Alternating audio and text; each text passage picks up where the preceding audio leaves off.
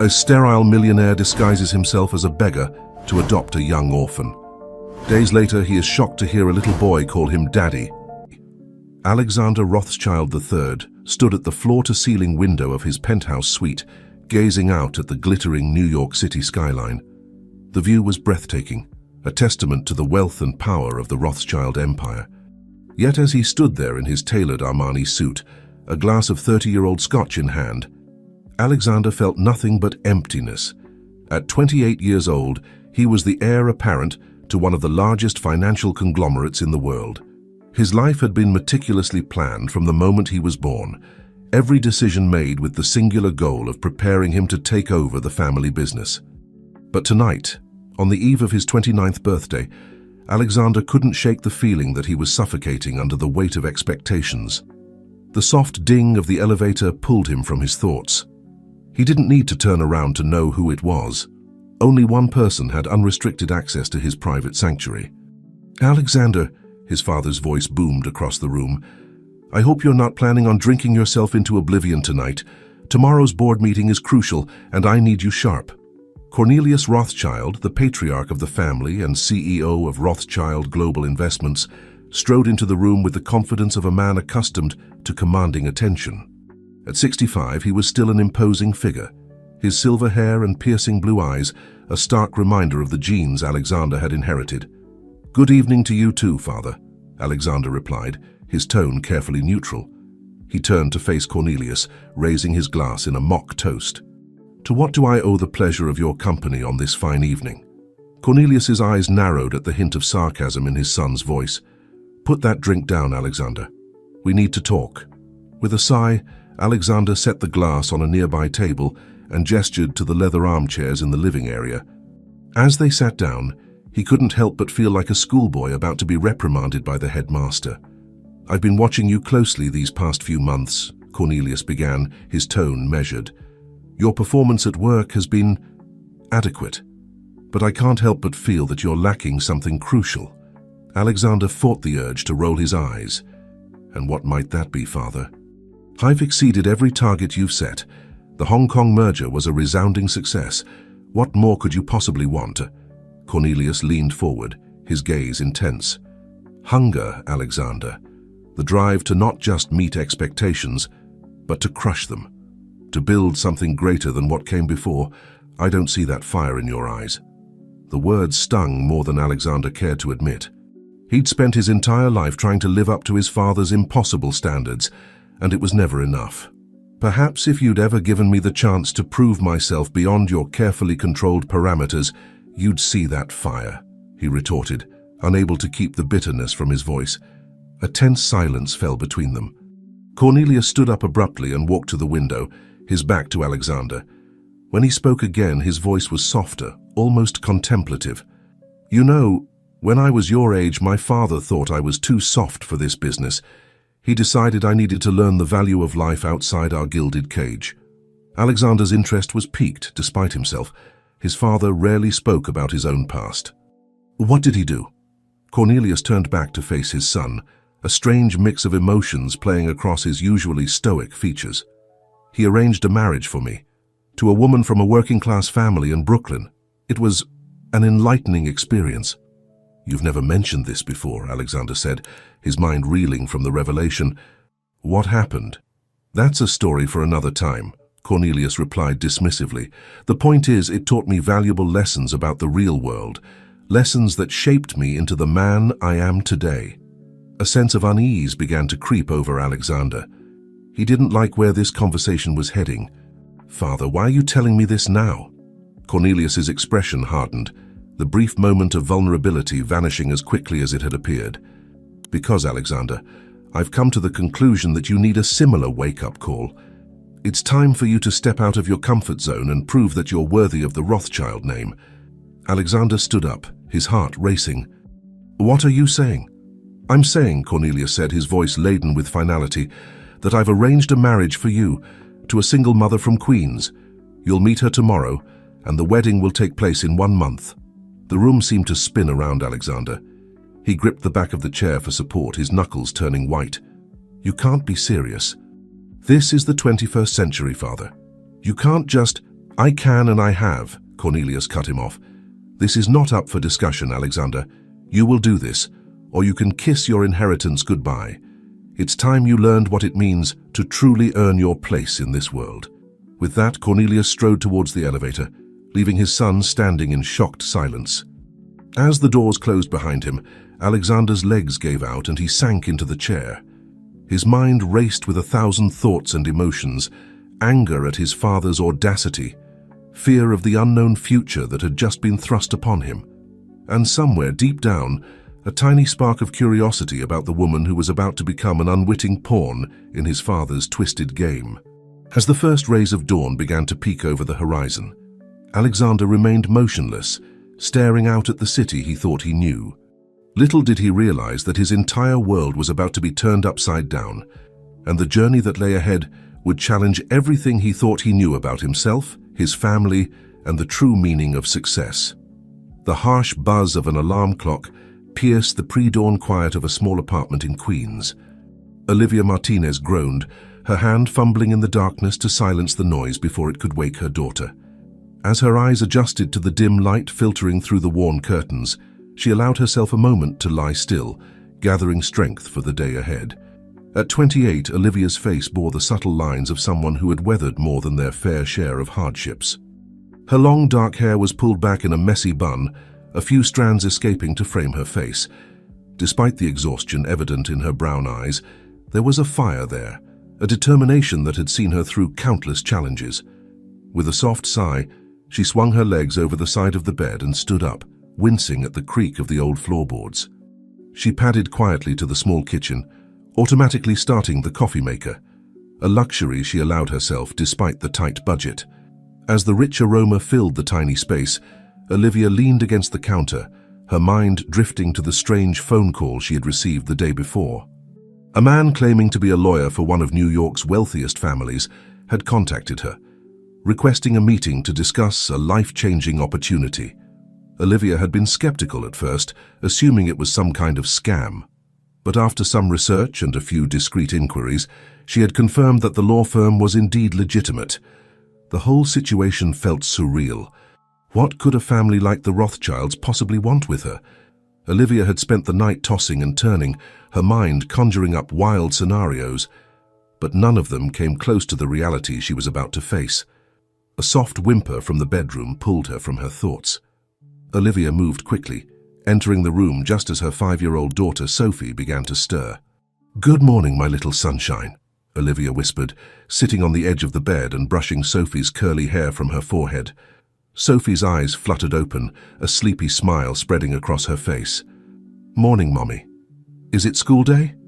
Olivia nodded, her heart swelling with love for this little girl who had become her whole world. "Yes, baby. But remember, after school you're going to stay with Aunt Maria for a little while. Mommy has an important meeting." As she helped Sophie get ready for the day, Olivia's mind wandered back to the impending meeting. She couldn't shake the feeling that whatever this opportunity was, it would come with strings attached. Nothing in life was ever truly free, especially not for someone in her position. Once Sophie was safely on the school bus, Olivia rushed to get herself ready. She put on her best outfit, a simple black dress that she kept for job interviews and special occasions. Looking in the mirror, she took a deep breath, trying to project an air of confidence she didn't entirely feel. The trip to Manhattan was a blur of crowded subway cars and bustling streets. As Olivia approached the towering skyscraper that housed the Rothschild empire, she felt increasingly out of place. The sleek glass and steel structure seemed to mock her, a stark reminder of the vast gulf between her world and the one she was about to enter. In the opulent lobby, a receptionist with a polite but distant smile directed her to a private elevator. As the doors closed and the elevator began its smooth ascent, Olivia's stomach churned with a mixture of anticipation and dread.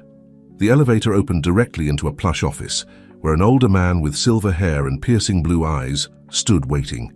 His tailored suit probably cost more than Olivia made in a month, but it was the air of authority he exuded that truly intimidated her. "Ms. Martinez," he said, his voice smooth and controlled. "I'm Cornelius Rothschild. Thank you for coming on such short notice." Olivia shook his offered hand, acutely aware of the calluses on her palm, a testament to years of hard work. "Mr. Rothschild, it's a pleasure to meet you. I must admit I'm curious about why you wanted to see me." Cornelius gestured to a set of leather chairs. "Please have a seat. What I'm about to propose may come as a shock, but I assure you, it could be the solution to many of your problems." As Olivia sat down, her mind raced. What kind of proposal could this man possibly have for her? She watched as Cornelius settled into the chair across from her, his expression unreadable. "Ms. Martinez, I'll be direct. I have a son, Alexander, who is in need of, let's call it a life lesson. I believe you could be instrumental in providing that lesson." Olivia's brow furrowed in confusion. "I'm sorry, Mr. Rothschild, but I don't understand. How could I possibly help your son?" Cornelius leaned forward, his gaze intense. "By marrying him." The words hung in the air between them, heavy and surreal. Olivia blinked, certain she had misheard. "Excuse me?" "You heard correctly, Ms. Martinez. I'm proposing an arranged marriage between you and my son. It would be for a minimum of 1 year, during which time you and your daughter would live in a penthouse apartment we would provide.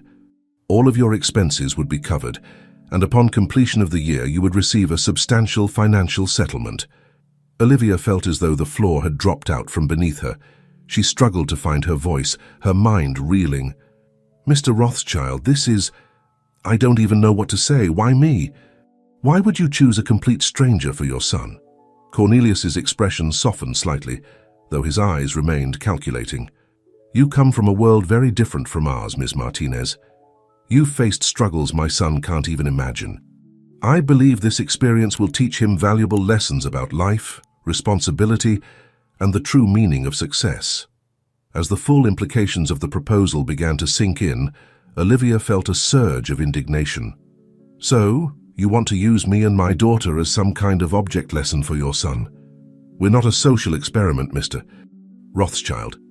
"I understand your reservations," Cornelius said, his tone placating, "but consider what this could mean for your daughter. The best education, opportunities she might never have otherwise. And you, Ms. Martinez, financial security, a chance to pursue your own dreams without the constant struggle to make ends meet." Olivia stood up abruptly, her hands shaking. "I need some air. It's too much to process." Cornelius nodded, seemingly unsurprised by her reaction.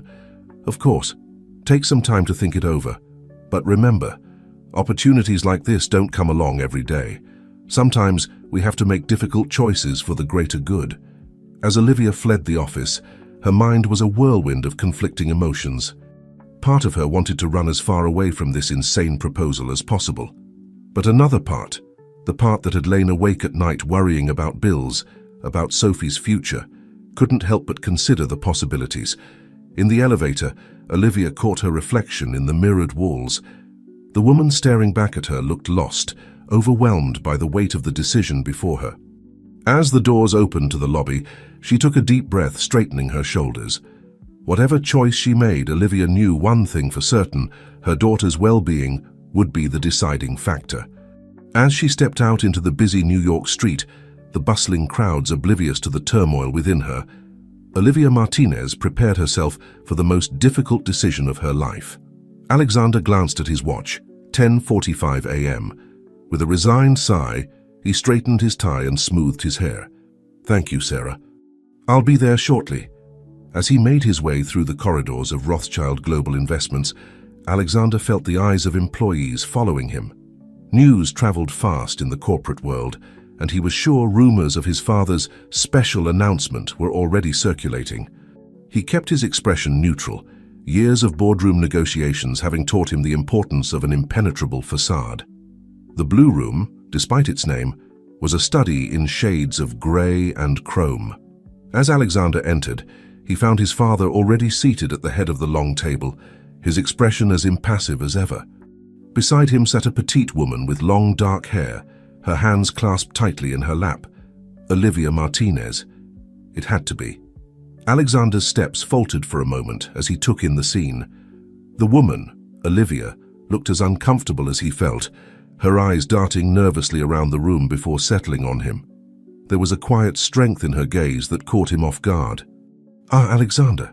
Cornelius's voice broke the tension. Right on time, please have a seat. Alexander moved to the chair farthest from his father, directly across from Olivia.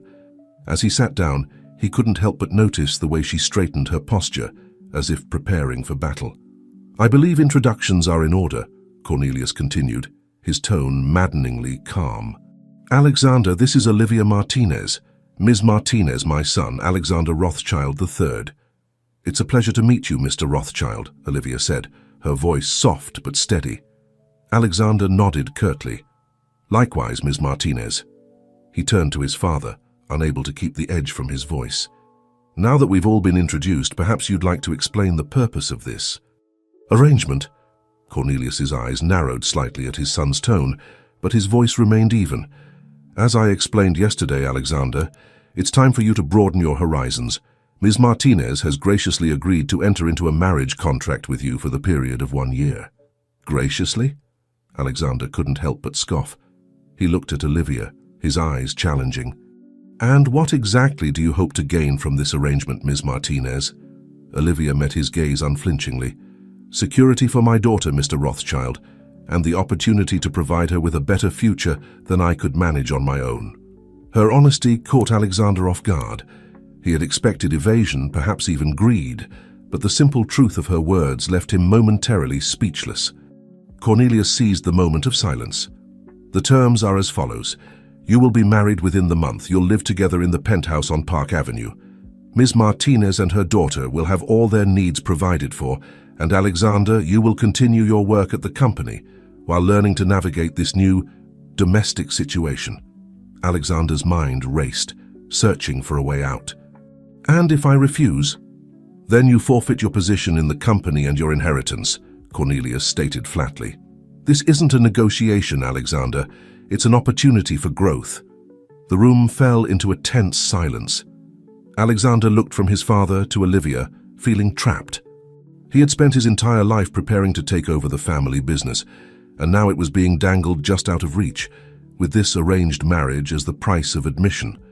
Olivia, for her part, sat quietly, her expression a mix of determination and uncertainty.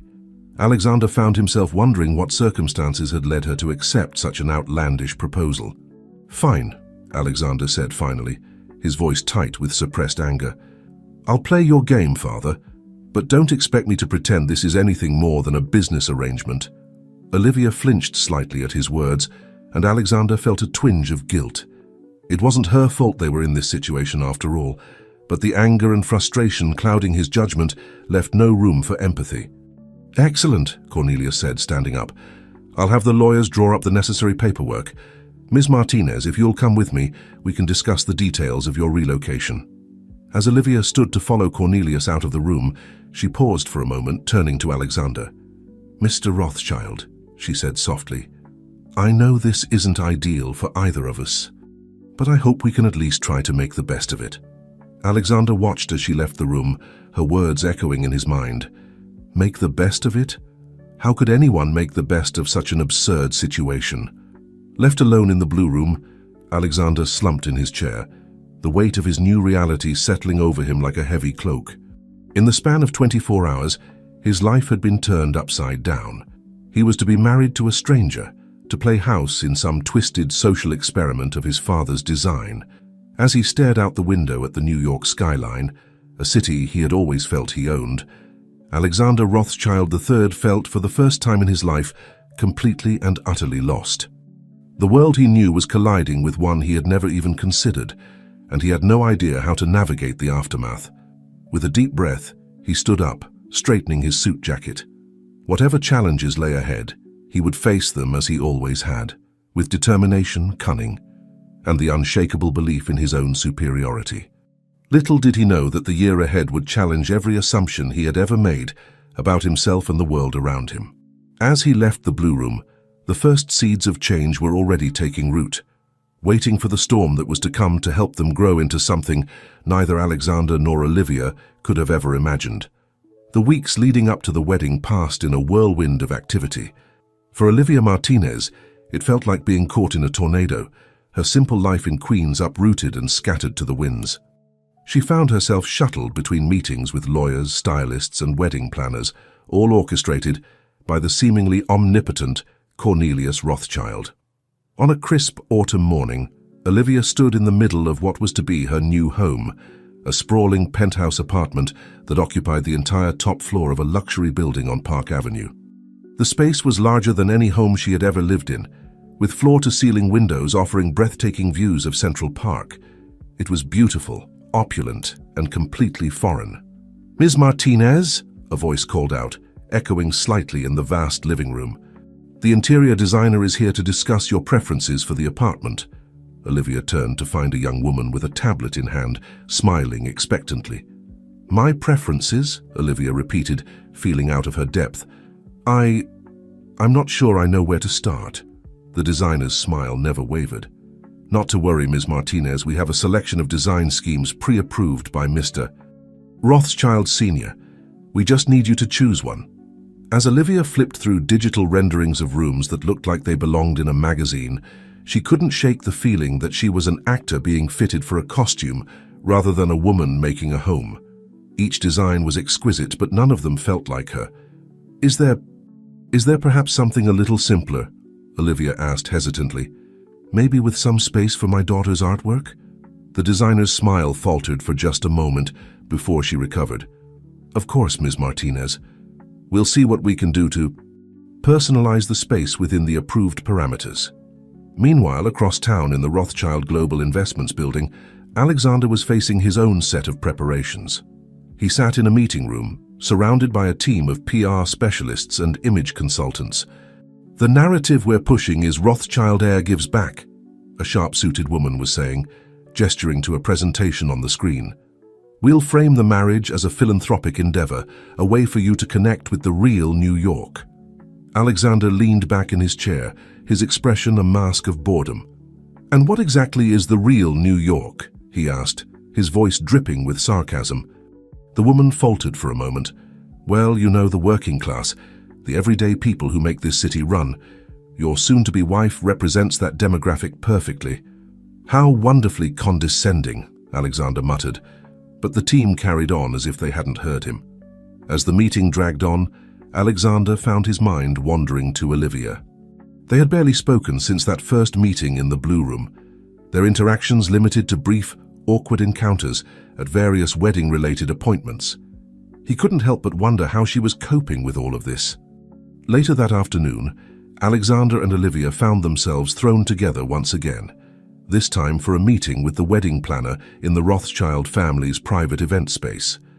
"Now for the ceremony," the planner was saying, her voice crisp and efficient. "We've reserved St. Patrick's Cathedral. It's traditional for Rothschild weddings, and the photo opportunities are unparalleled." Olivia shifted uncomfortably in her seat. "I'm not sure. I was raised Catholic, but I haven't been to church in years. It feels a bit disingenuous." The wedding planner's smile was strained. "Ms. Martinez, I assure you the cathedral is merely a backdrop. The religious aspects can be minimized if you prefer." "A backdrop," Alexander repeated, a bitter laugh escaping him. "Isn't that fitting? This entire wedding is just an elaborate backdrop for my father's twisted social experiment." An uncomfortable silence fell over the room. Olivia glanced at Alexander, surprised by the vehemence in his voice. For a moment, she saw a crack in his polished exterior, a glimpse of the frustration and resentment he had been hiding. "Mr. Rothschild," the wedding planner began, but Alexander cut her off with a wave of his hand. "No, let's be honest for once," he said, standing up and pacing the room.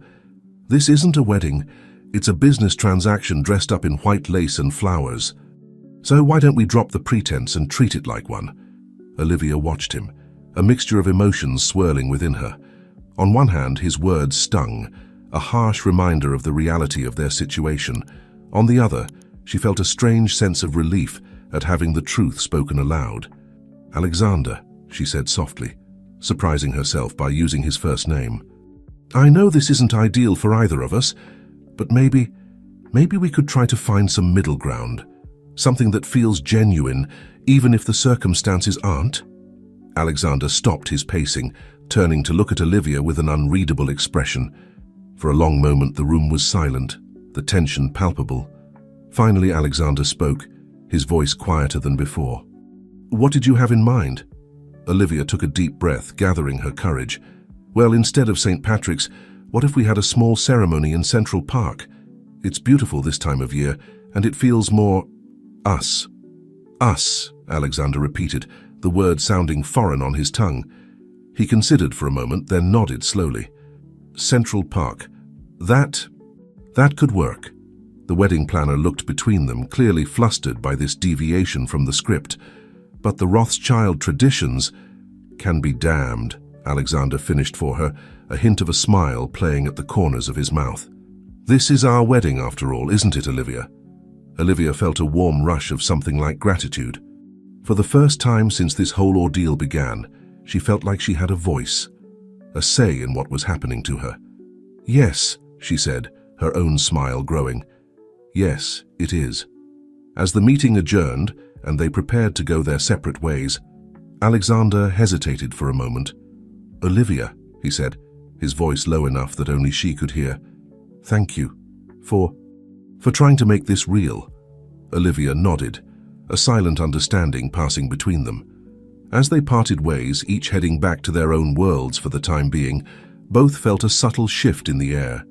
The wedding was still an arrangement, a contract to be fulfilled, but perhaps, just perhaps, it didn't have to be a complete farce. As Olivia hailed a taxi to take her back to Queens, to her daughter, and the life she was about to leave behind, she found herself wondering about the man she was going to marry. Alexander Rothschild III was still very much a mystery to her, a complex tangle of privilege, resentment, and carefully hidden vulnerability. Little did either of them know that their small act of rebellion in choosing Central Park for their wedding would set in motion a series of events that would challenge everything they thought they knew about themselves, each other, and the worlds they came from. The crisp October air carried the scent of fallen leaves and new beginnings as a small gathering assembled in a secluded corner of Central Park. But for the first time, she felt a glimmer of hope that maybe, just maybe, they could find a way to navigate this strange new world together. The location, a picturesque spot near the Gapstow Bridge, was a far cry from the grandiose cathedral originally planned for the Rothschild wedding. Yet as Olivia Martinez stood at the makeshift altar, her simple white dress catching the golden afternoon light, she couldn't help but feel that this was exactly right. Alexander Rothschild III stood across from her, his usual impeccable suit replaced by a more casual, though still obviously expensive, ensemble. His face was a carefully composed mask, but Olivia caught a flicker of something, nervousness, uncertainty, in his eyes as the officiant began the ceremony. The guest list had been pared down significantly from the original society affair. Olivia's side consisted of her daughter Sophie, proudly serving as flower girl, her sister Maria, and a handful of close friends from Queens. On Alexander's side stood a noticeably small contingent of colleagues and a couple of friends who looked as though they weren't quite sure why they were there. Conspicuously absent was Cornelius Rothschild. His empty seat in the front row spoke volumes, a silent protest against his son's defiance of tradition. As they exchanged vows, simple, honest words that they had agreed upon together, Olivia found herself studying Alexander's face. There was a tension in his jaw, a tightness around his eyes that betrayed the emotional toll of the day. When he slipped the ring onto her finger, his hand trembled almost imperceptibly.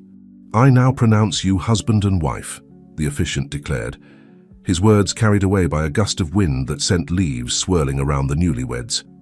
There was a moment of awkward hesitation before Alexander leaned in and placed a chaste kiss on Olivia's cheek. The small crowd applauded politely, the muted enthusiasm a reflection of the unusual circumstances surrounding the union. As they turned to face their guests, Olivia felt a small hand slip into hers. She looked down to see Sophie beaming up at her, the little girl's excitement a stark contrast to the subdued atmosphere. "Are we a family now, Mommy?" Sophie asked, her voice carrying in the quiet park. Olivia felt Alexander stiffen beside her. She squeezed her daughter's hand gently. "Yes, sweetheart. We're a family now." The reception was a low-key affair held in a nearby boathouse. As twilight fell, strings of fairy lights illuminated the rustic space, creating an almost magical atmosphere. Olivia found herself constantly scanning the room, making sure Sophie was okay. watching for any signs of discomfort or confusion from her daughter. Alexander, for his part, seemed to be going through the motions, shaking hands and accepting congratulations with the practiced ease of someone accustomed to social obligations. But Olivia noticed the way his eyes kept darting to the entrance, as if expecting, or perhaps hoping, that his father would make a last-minute appearance. As the evening wore on, Olivia found a quiet moment alone, stepping out onto the boathouse's small balcony overlooking the lake. The city skyline glittered in the distance, a reminder of the world she was now a part of. "Quite a view, isn't it?" Alexander's voice came from behind her. He joined her at the railing, his posture stiff, hands gripping the wood a little too tightly. Olivia nodded. "It's beautiful, and a little terrifying." Alexander glanced at her, a hint of surprise in his expression. "Terrifying?" "All of this," Olivia gestured vaguely. "Your world. It's so different from everything I know." A wry smile tugged at the corner of Alexander's mouth. "If it's any consolation, I'm finding your world equally disorienting." They stood in silence for a moment, the sounds of the reception muffled behind them. "He didn't come," Alexander said finally, his voice low. Olivia didn't need to ask who he meant. "I'm sorry," she offered, unsure of what else to say. Alexander shrugged, aiming for nonchalance but not quite achieving it. "It's not unexpected. Cornelius Rothschild doesn't appreciate when things don't go according to his plan." "And this," Olivia said, "definitely isn't going according to his plan." "No," Alexander agreed, a hint of defiance in his tone. "No, it's not." Their moment of quiet understanding was interrupted by Sophie's excited voice. "Mommy, Mr. Alexander, it's time for cake." As they turned to head back inside, Alexander hesitated. "Olivia," he said, his voice uncharacteristically uncertain, "I know this isn't... I want you to know that I'll try to make this work somehow." Olivia met his gaze, seeing the conflict, the reluctant commitment in his eyes. "I know," she said softly. "So will I." The rest of the evening passed in a blur of cake, dancing, and farewells. As the last guests departed, Olivia found herself standing with Alexander and Sophie at the entrance to the boathouse, facing the reality of their new life together. "Ready to go home?" Alexander asked, the word home sounding foreign in this context. Olivia hoisted a sleepy Sophie onto her hip. "As ready as we'll ever be, I suppose." The ride to the Park Avenue penthouse was quiet, each lost in their own thoughts. Sophie dozed against Olivia's shoulder, while Alexander stared out the window, his expression unreadable. As they entered the apartment, their home now, Olivia was struck anew by its vastness, its impersonal luxury. She turned to Alexander, suddenly unsure of what came next. "I'll show you to your rooms," he said, breaking the silence. "The designers finished setting everything up yesterday." He led them down a hallway, pointing out Sophie's room, a fairy tale wonderland that drew a sleepy gasp of delight from the little girl, and then Olivia's adjacent suite. "My room is down the hall," Alexander explained, gesturing vaguely. I assumed you'd prefer separate spaces." Olivia nodded, grateful for his consideration. "Thank you, that's probably best." As she tucked Sophie into her new bed, surrounded by more toys and frills than the child had ever seen, Olivia felt a wave of emotion wash over her. This was her new reality, a life of luxury, yes, but also one of uncertainty, of navigating a world she didn't fully understand. Later, as she lay in her own palatial bedroom, sleep eluding her, Olivia thought about the man down the hall, her husband, at least in name. Alexander Rothschild III was still very much a mystery to her, a complex mix of privilege, resentment, and carefully hidden vulnerability. In the quiet of the night, in this strange new place she was supposed to call home, Olivia made a silent promise to herself. She would make the best of this situation, not just for Sophie's sake, but for her own. And maybe, just maybe, she could help Alexander find whatever it was he was looking for in this unconventional arrangement. As the city that never sleeps hummed outside her window, Olivia Martinez, now Olivia Rothschild, closed her eyes, ready to face whatever challenges the morning would bring. Little did she know that the year ahead would test her in ways she could never have imagined, challenging everything she thought she knew about love, family, and her own strength. The first rays of morning sunlight filtered through the floor-to-ceiling windows of the Park Avenue penthouse, casting long shadows across the polished hardwood floors. Olivia stirred, momentarily disoriented by the unfamiliar surroundings. The events of the previous day came rushing back: the wedding, the reception, the quiet ride to this opulent apartment that was now supposed to be her home. She glanced at the ornate clock on the bedside table, 6:30 a.m. Old habits died hard, and years of early mornings to prepare for work and get Sophie ready for school had ingrained in her an internal alarm clock that seemed immune to life changes. Slipping out of bed, Olivia padded quietly to the kitchen, intent on starting a pot of coffee. To her surprise, she found Alexander already there, impeccably dressed in a tailored suit, a steaming mug in his hand as he scrolled through something on his tablet. He looked up as she entered, a flicker of surprise crossing his features before he schooled his expression into polite neutrality. "Good morning," he said, his tone formal. "I hope you slept well." Olivia nodded, suddenly acutely aware that she was still in her pajamas, her hair a mess. "Good morning. Yes, thank you. The bed is very comfortable." An awkward silence fell between them. Olivia moved to the coffee maker, trying to figure out the complicated-looking machine. "Here, let me," Alexander said, setting down his mug and moving to help her. His fingers brushed against hers as he took over, and Olivia felt a jolt of something. Awareness, perhaps, of the strangeness of their situation. "Thank you," she murmured, as he handed her a steaming cup a few moments later. Alexander nodded, retreating back to his side of the kitchen island. "I usually leave for the office around 7:30, he said, his tone businesslike.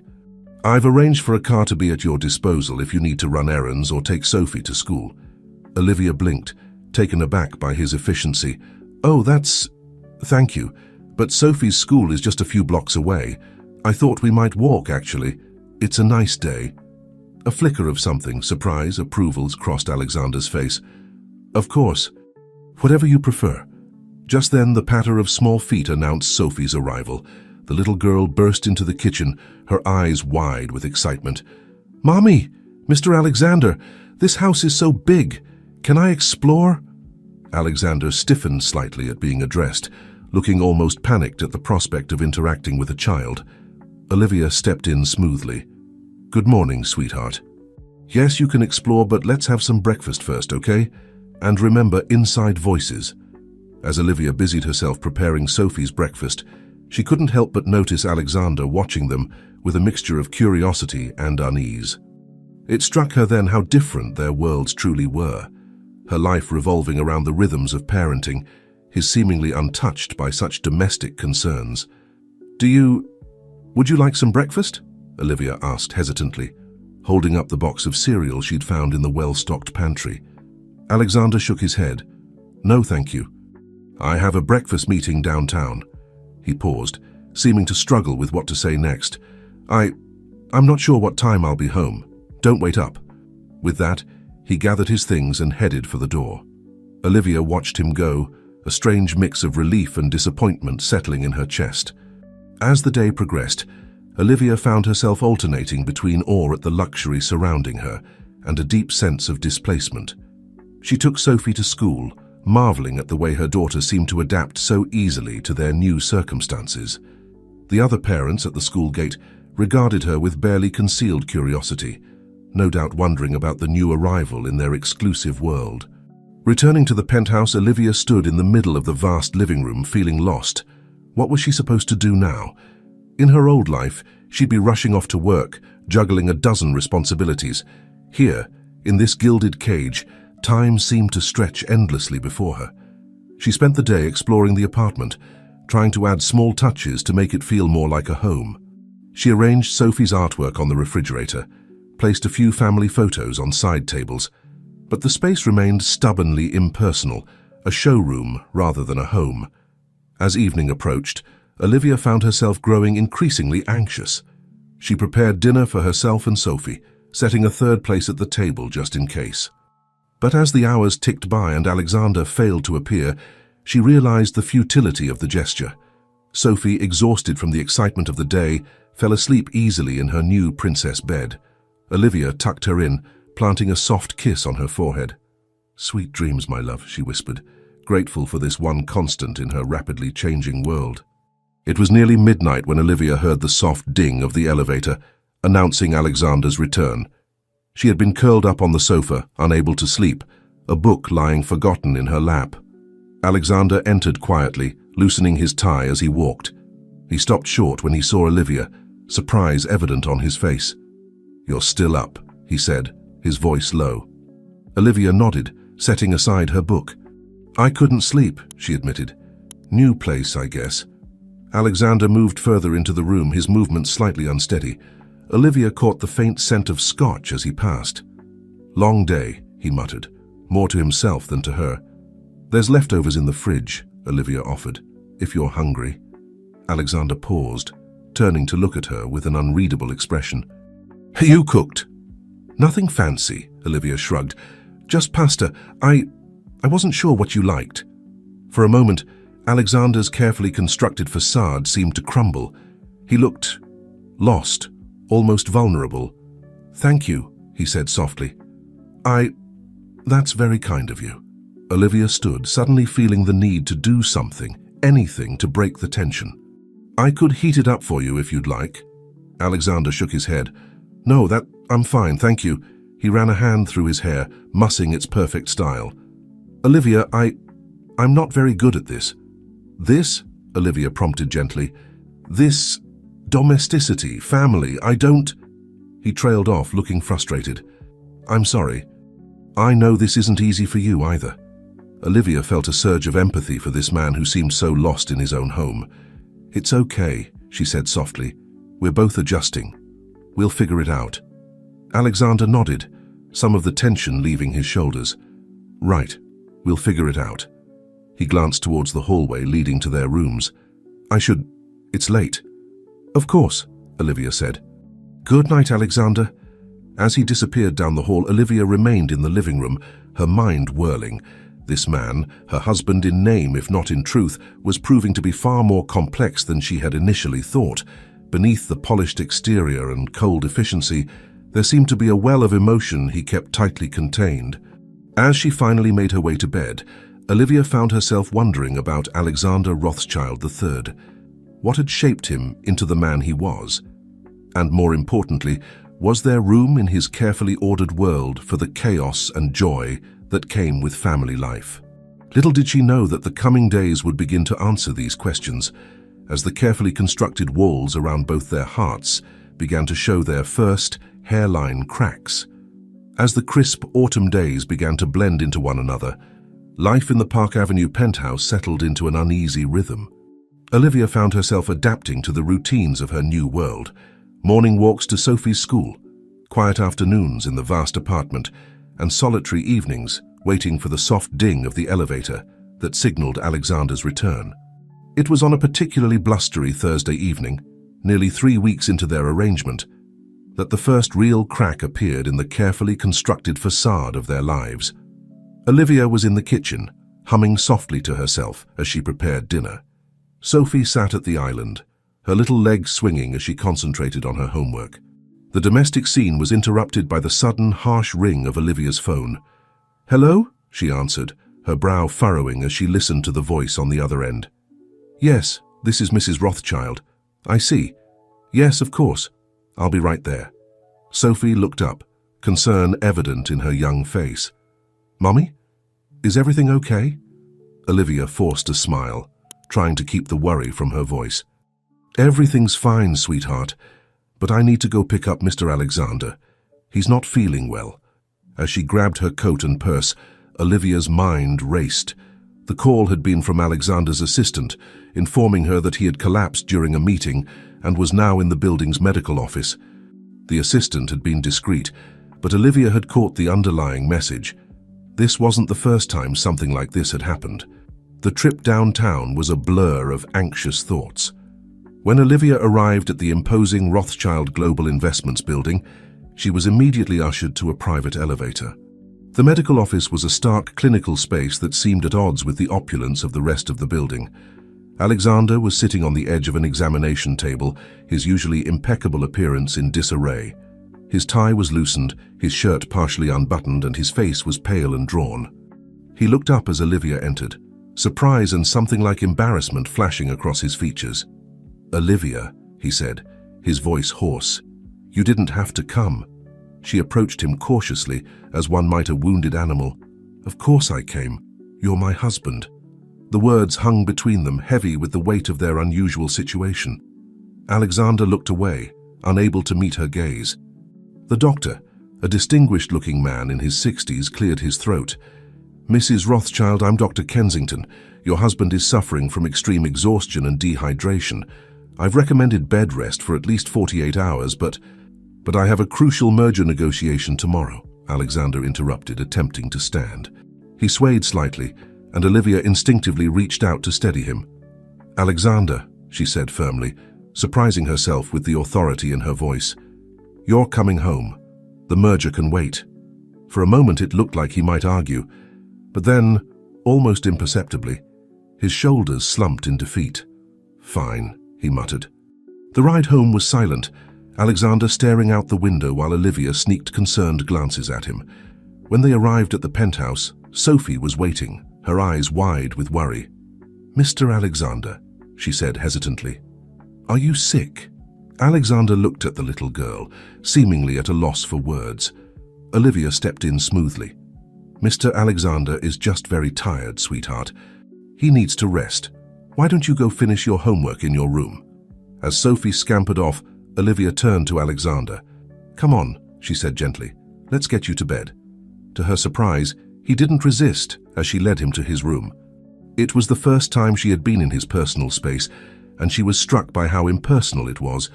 No photos, no personal touches, just expensive furniture and abstract art. Alexander sat heavily on the edge of the bed, looking lost. Olivia busied herself drawing the curtains and turning down the covers. "Do you need anything?" she asked. "Water? Something to eat?" He shook his head. "No, thank you, I'm fine." Olivia hesitated, then sat down next to him on the bed. "Alexander," she said softly, "what happened?" For a long moment, he was silent. Then, in a voice so low she had to strain to hear, he said, "I failed." "What do you mean?" Alexander ran a hand through his hair, a gesture Olivia was beginning to recognize as a sign of distress. "The merger. It's not going well. My father, he's been breathing down my neck demanding results. I've been working around the clock trying to make it happen, but—" He trailed off, and Olivia felt a surge of sympathy. For the first time, she saw beyond the polished exterior to the man beneath, a man buckling under the weight of impossible expectations.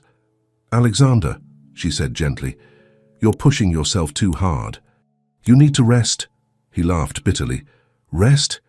In my world, Olivia, rest is a luxury I can't afford. My father—" "Your father," Olivia interrupted, a hint of steel in her voice, "is not here. I am, and I'm telling you as your wife that you need to take care of yourself." Alexander looked at her then, really looked at her as if seeing her for the first time. "Why do you care?" he asked, his voice raw with vulnerability. Olivia paused, considering her words carefully. "Because," she said finally, "like it or not, we're in this together. And I don't like seeing anyone run themselves into the ground, especially not someone I'm starting to consider a friend." The word friend seemed to hang in the air between them, a tentative olive branch extended across the chasm of their differences. After a long moment, Alexander nodded. "Okay," he said softly. "Okay." As Olivia helped him get settled in bed, she couldn't help but feel that something had shifted between them. The carefully maintained distance, the polite facade they had both clung to, had cracked, revealing glimpses of the real people beneath. Later that night, as Olivia lay in her own bed, her mind replayed the events of the evening. She thought about the vulnerable man she had seen, so different from the confident, almost arrogant figure Alexander usually presented to the world. She thought about the pressure he was under, the expectations he carried on his shoulders. And for the first time since this arranged marriage began, Olivia found herself wondering not about how she would survive this year, but about how she could help Alexander navigate the challenges he faced.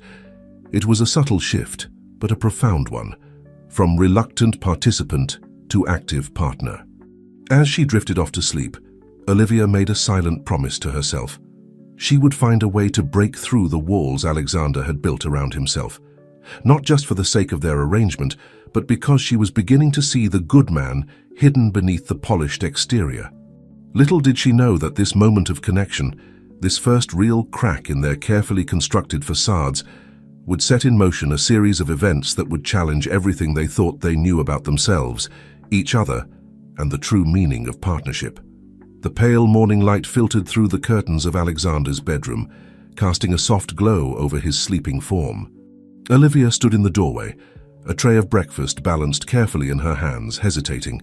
This was new territory for both of them, crossing the unspoken boundary between their separate lives within the penthouse. Taking a deep breath, she stepped into the room. "Alexander," she called softly. "I've brought you some breakfast." Alexander stirred, blinking groggily as he took in the sight of Olivia standing by his bed. For a moment, confusion flickered across his face, quickly replaced by recognition and then, surprisingly, a hint of warmth. "Olivia," he murmured, his voice rough with sleep. "You didn't have to do that." She set the tray down on the bedside table, shrugging slightly. "I wanted to. How are you feeling?" Alexander pushed himself up to a sitting position, wincing slightly. "Better, I think. Just tired." Olivia perched on the edge of the bed, her concern evident. "The doctor said you need to rest for at least 48 hours. I've already called your office and informed them you won't be in today or tomorrow." For a moment, panic flashed in Alexander's eyes. "But the merger can wait," Olivia interrupted firmly. "Your health is more important." Alexander stared at her, a mix of emotions playing across his face: surprise, gratitude, and something else Olivia couldn't quite identify. Finally, he nodded. "Thank you," he said softly. As Alexander ate, Olivia found herself studying him. Without his usual armor of tailored suits and carefully controlled expressions, he seemed younger, more vulnerable. It struck her how little she really knew about this man she had married. "Tell me about the merger," she said suddenly. Alexander looked up, surprise evident in his eyes. "You want to know about my work?" Olivia nodded. "We're partners in this, aren't we? Even if it's not a conventional marriage, I'd like to understand what you do, what's important to you." For a moment, Alexander hesitated. Then, slowly at first, but with growing animation, he began to explain the intricacies of the merger he was working on. Olivia listened intently, asking questions and offering insights that surprised them both. As the morning wore on, their conversation flowed more easily. Alexander found himself sharing stories from his childhood. The pressure of growing up as the Rothschild heir, the constant drive for perfection, the distant relationship with his father. In turn, Olivia opened up about her own struggles, raising Sophie as a single mother, the challenges of making ends meet, the dreams she had put on hold. "I always wanted to start my own business," she admitted. "A small bakery, nothing fancy, just a place where people could come for a good cup of coffee and a slice of homemade pie." Alexander's eyes lit up with interest. "Why didn't you?" Olivia shrugged. "Life got in the way. Having Sophie struggling to pay the bills, dreams had to take a back seat to reality." As they talked, something shifted between them.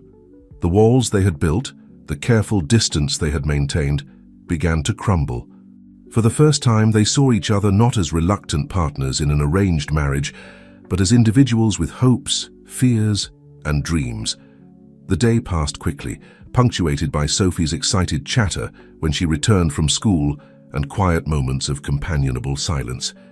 As evening fell, Olivia found herself reluctant to leave Alexander's side. "I should let you rest," she said finally, standing up. Alexander reached out, catching her hand. The touch sent a jolt of awareness through them both. "Olivia," he said softly, "thank you for today, for everything." She squeezed his hand gently. That's what partners are for. As Olivia left the room, closing the door softly behind her, Alexander leaned back against his pillows. His mind was a whirlwind of thoughts and emotions. For the first time in years, perhaps for the first time ever, he felt seen. Not as the Rothschild heir, not as a business asset, but as a person. Meanwhile, Olivia stood in the hallway, her hand still tingling from Alexander's touch. She had glimpsed a side of him today that she never expected. A man with doubts and insecurities, yes, but also with a quick wit and a surprising depth of understanding. Over the next few days, as Alexander recuperated, A new rhythm emerged in the penthouse. Olivia would bring him breakfast each morning and they would talk about business, about their pasts, about their hopes for the future. In the evenings, they would have dinner together with Sophie, the little girl's chatter filling the once silent apartment with laughter. On the third day, as Alexander prepared to return to work, he found Olivia in the kitchen, poring over a stack of papers. "What's all this?" he asked, curiosity piqued. Olivia looked up, a slight blush coloring her cheeks. "Oh, it's nothing. Just some old business plans I drew up years ago, for the bakery." Alexander sat down beside her, genuinely interested. "May I see?" As they pored over the plans together, Alexander found himself impressed by Olivia's thoroughness and creativity. "These are good," he said, surprise evident in his voice. "Really good. Why didn't you ever pursue this?" Olivia shrugged. "Like I said, life got in the way, and well, I'm not sure where I fit in this new world." Alexander was quiet for a moment, considering. Then, with a decisiveness that surprised them both, he said, "Let's do it." Olivia blinked. "Do what?" "Open the bakery. We have the resources. You have the passion and the skills. Why not make your dream a reality?" For a moment, Olivia was speechless. Then slowly a smile spread across her face. "You're serious?" Alexander nodded, feeling a surge of excitement he hadn't experienced in years. "Absolutely. We're partners, right? Let's build something together." As they began to discuss possibilities, their heads bent close over the papers. Neither of them noticed Sophie watching from the doorway, a knowing smile on her young face. That night, as Olivia lay in bed, her mind racing with plans and possibilities, she realized something fundamental had changed. This arrangement, this marriage of convenience, had become something more. It had become a partnership, a meeting of minds, and perhaps of hearts. Across the hall, Alexander too lay awake, his thoughts a whirlwind. For the first time in his life, he felt excited about something beyond the next business deal. He felt alive. As both of them drifted off to sleep, neither realized that their worlds had shifted irrevocably. The walls between them had begun to crumble, and in their place something new and unexpected was beginning to grow. Little did they know that this newfound connection would soon be tested in ways they could never have anticipated, as the outside world and their own pasts threatened to intrude on the fragile new reality they were building together. The aroma of freshly baked bread and cinnamon filled the air of the small commercial kitchen Olivia had rented for the day. She stood at a stainless steel counter, flour dusting her cheeks, her hair pulled back in a messy bun. Beside her, much to her surprise, stood Alexander, his usually impeccable suit replaced by jeans and a casual button-down, sleeves rolled up to his elbows. "Okay," Olivia said, a hint of amusement in her voice. "Let's see if the great Alexander Rothschild can handle a rolling pin." Alexander raised an eyebrow, accepting the challenge. "I'll have you know I excel at everything I attempt." As he began to roll out the dough for apple turnovers, his movements clumsy but determined, Olivia couldn't help but marvel at how much had changed in the past few weeks. The project of opening her bakery had breathed new life into their arrangement, transforming it from a cold business deal into something warm and unexpectedly fulfilling. You know," Alexander said, pausing to wipe flour from his brow, "I can't remember the last time I did something this hands-on. It's oddly satisfying." Olivia smiled, reaching over to adjust his grip on the rolling pin. "It's about creation, not just acquisition. There's joy in making something from scratch, in seeing the fruits of your labor." As their hands touched, a spark of awareness passed between them. For a moment they stood frozen, the air thick with unspoken emotions. Then the timer dinged, breaking the spell. Olivia cleared her throat, stepping back. "That'll be the sourdough. I should check on it." As she busied herself with the oven, Alexander watched her, a mix of confusion and warmth in his eyes. This woman, thrust into his life by his father's machinations, had somehow become important to him. Her strength, her creativity, her unwavering focus on providing for Sophie, it all challenged his preconceived notions of what mattered in life. The day passed in a whirlwind of baking, tasting, and planning. By the time they packed up the samples to take home, both were exhausted but exhilarated. "I think we have our menu," Olivia said, her eyes shining with excitement. "Now we just need to find the perfect location." Alexander nodded, already mentally reviewing potential properties. "Leave that to me. I have some connections in real estate that might be useful." As they drove home, a comfortable silence settled between them. It was broken only when Alexander's phone buzzed with an incoming call. He glanced at the screen, his expression darkening. "I should take this," he said, his voice tight. "It's my father." Olivia nodded, trying to ignore the sudden tension that filled the car. She couldn't hear Cornelius's side of the conversation, but Alexander's responses were short and clipped. "Yes, father." "No, I haven't forgotten. The board meeting is next week." "Yes, I'll have the projections ready." When he hung up, Alexander's knuckles were white on the steering wheel. Olivia reached over, placing a gentle hand on his arm. "Everything okay?" Alexander sighed, some of the tension leaving his body at her touch. "Just the usual pressure. The board meeting is coming up, and my father, he has high expectations." "Have you told him about the bakery project?" Olivia asked hesitantly.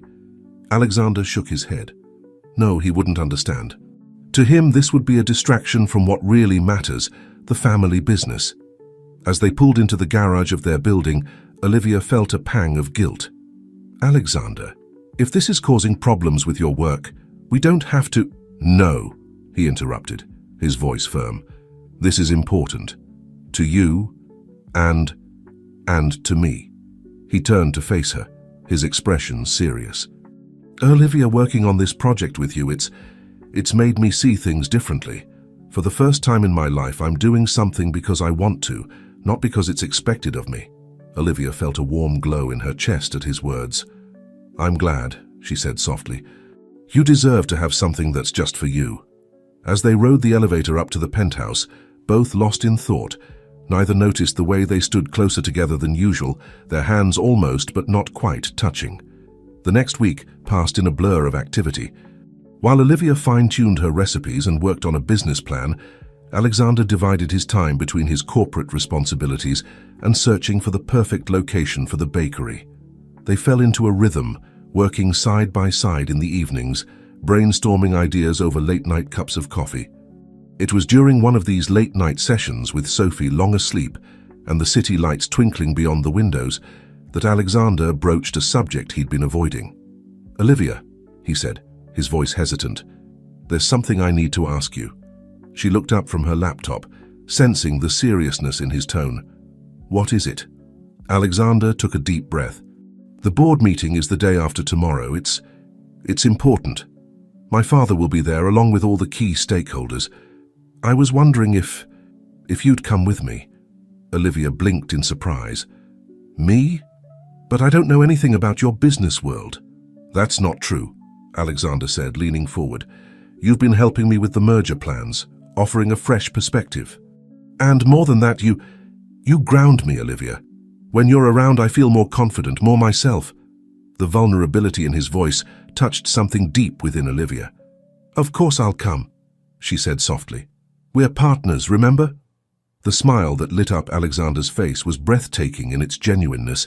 For a moment, Olivia felt her heart skip a beat. But as the day of the board meeting approached, a sense of unease settled over both of them.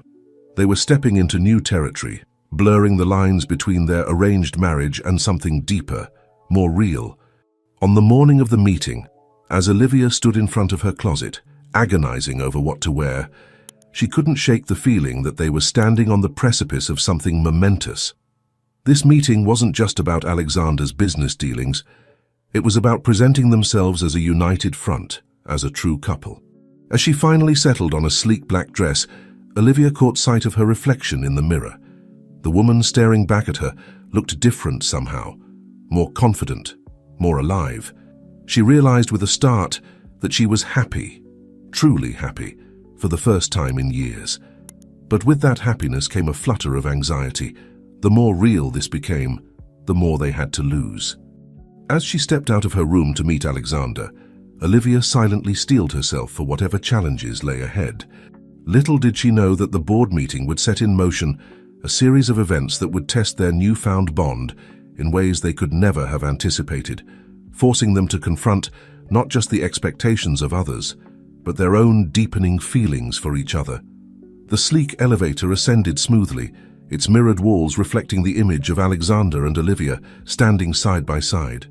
Alexander, impeccable in his tailored suit, exuded an air of confidence that Olivia knew was at least partially a facade. She could see the tension in the set of his shoulders, the slight clench of his jaw. Olivia reached out, gently squeezing his hand. "You've got this," she said softly. Alexander looked down at their joined hands, then up at Olivia's face. A small smile tugged at the corners of his mouth. "We've got this," he corrected her. As the elevator doors opened onto the executive floor of Rothschild Global Investments, Olivia took a deep breath, squaring her shoulders. The corridor before them was all polished marble and expensive artwork, a world away from the cozy kitchen where they'd spent the past week planning their bakery. Alexander led the way to the boardroom, his hand resting lightly on the small of Olivia's back. The gesture, both protective and possessive, sent a small thrill through her. As they entered the room, all eyes turned to them. Olivia felt the weight of the stares, the silent assessments being made. At the head of the long table sat Cornelius Rothschild, his piercing gaze fixed on the couple. "Alexander," Cornelius said, his voice cool.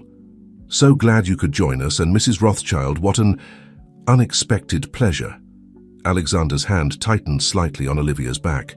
"Father," he replied, his tone matching Cornelius's in its formality. "Olivia has been instrumental in helping me prepare for today's presentation. I thought it only fitting that she be here." A ripple of murmurs went through the room.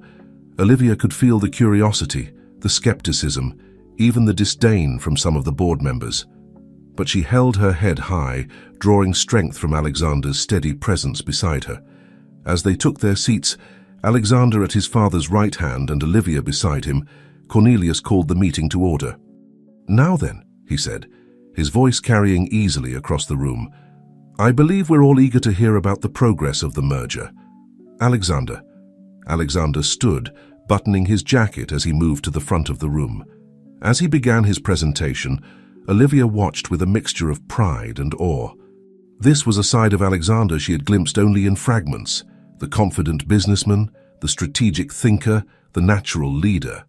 But as the presentation progressed, Olivia noticed something else. When Alexander spoke about projected growth and market expansion, his words were confident but rehearsed. But when he touched on ideas they had discussed together, community impact, employee satisfaction, long-term sustainability, his eyes lit up with genuine passion. The board members listened attentively, some nodding in approval, others frowning in concentration. But it was Cornelius's reaction that Olivia watched most closely. The patriarch's expression remained impassive, but there was a calculating gleam in his eye that made her uneasy. As Alexander concluded his presentation, there was a moment of silence before the questions began. Most were standard business queries, which Alexander fielded with ease. But then a silver-haired woman near the end of the table spoke up. "Mr. Rothschild," she said, her voice sharp, "while your presentation was comprehensive, I can't help but notice a shift in focus. Some of these initiatives seem rather soft, not what we've come to expect from Rothschild Global." Alexander straightened, his chin lifting slightly. "If by soft you mean focused on long-term stability and ethical growth, then yes, there has been a shift. I believe it's time for Rothschild Global to lead by example, to show that profit and social responsibility are not mutually exclusive." The woman's eyes narrowed. "And where, may I ask, did these new ideas come from?" Before Alexander could respond, Cornelius cut in smoothly. "I believe we have my daughter-in-law to thank for that." All eyes turned to Olivia. "Isn't that right, my dear? You've clearly had quite an influence on my son." Olivia felt her heart rate quicken, recognizing the trap being laid. But years of facing down challenges had taught her to stand her ground. She met Cornelius's gaze steadily. "If I've had any influence," she said, her voice clear and strong, "it's only been to encourage Alexander to express his own ideas. The vision he's presented today is entirely his own, and I believe it's one that will propel Rothschild Global into a new era of success." A tense silence fell over the room. Olivia could feel Alexander's eyes on her, filled with a mixture of gratitude and something deeper, more intense. Cornelius leaned back in his chair, his expression unreadable. "Well," he said finally, "it seems my son's marriage has been more transformative than I anticipated." He turned to the board members. "Let's take a short recess to discuss what we've heard. We'll reconvene in 15 minutes.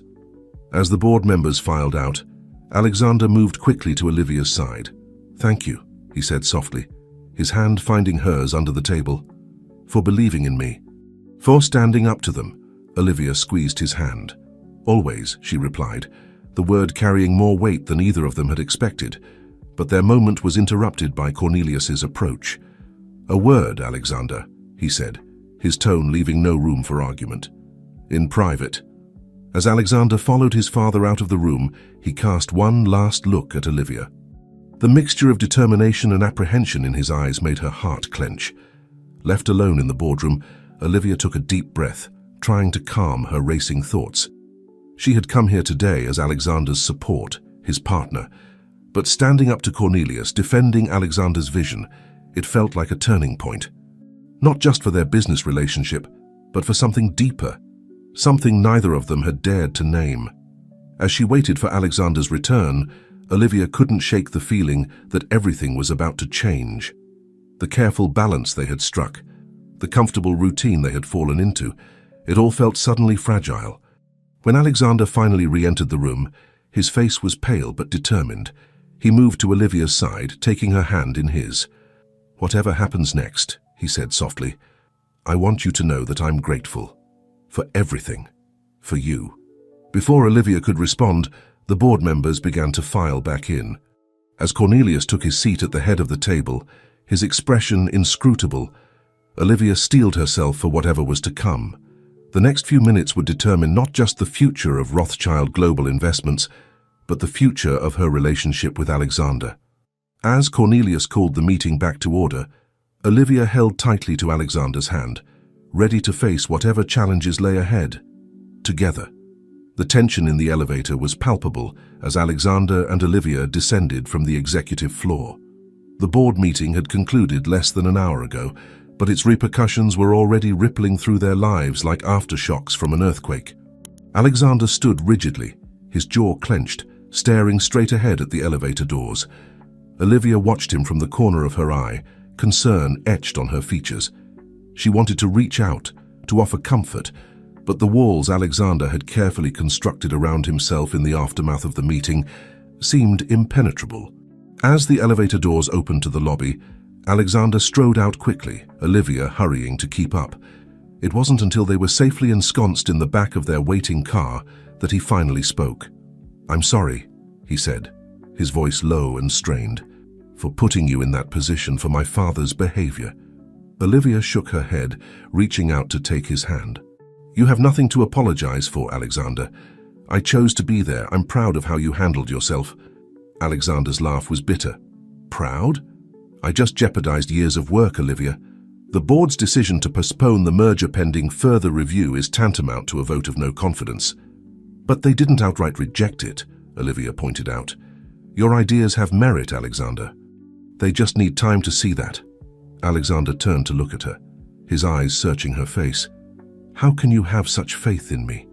The vulnerability in his voice made Olivia's heart ache. "Because I've seen the real you," she said softly.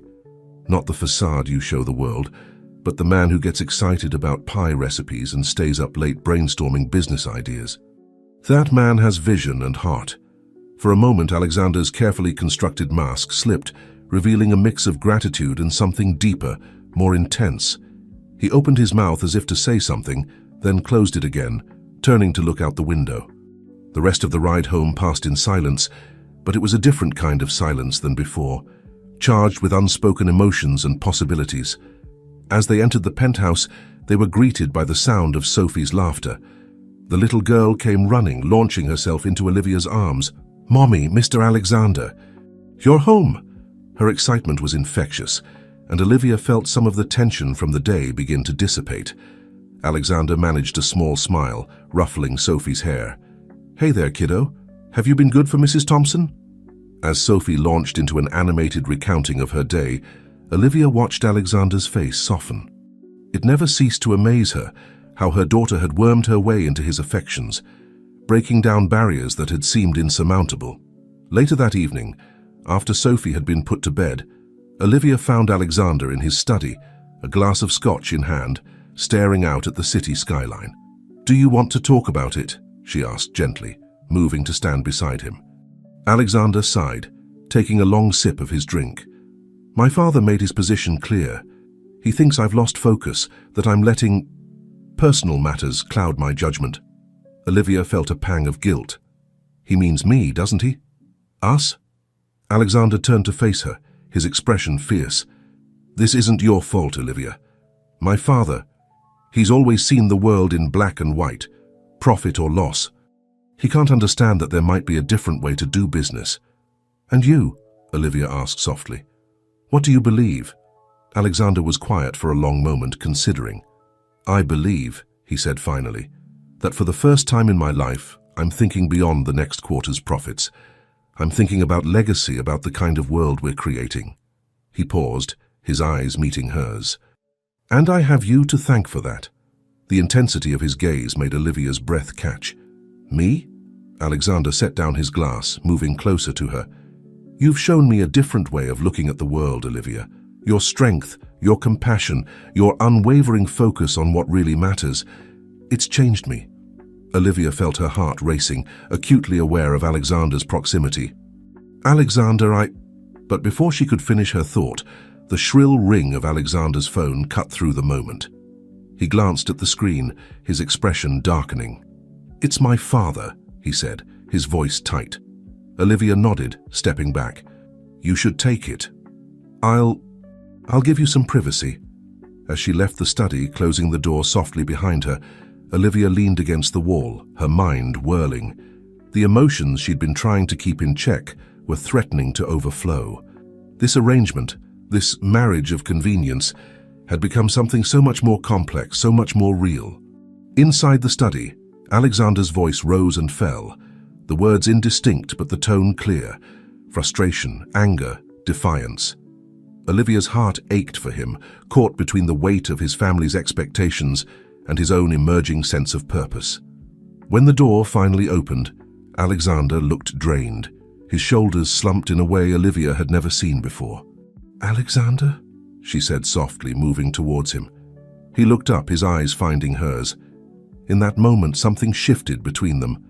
Alexander reached out, pulling Olivia into a tight embrace.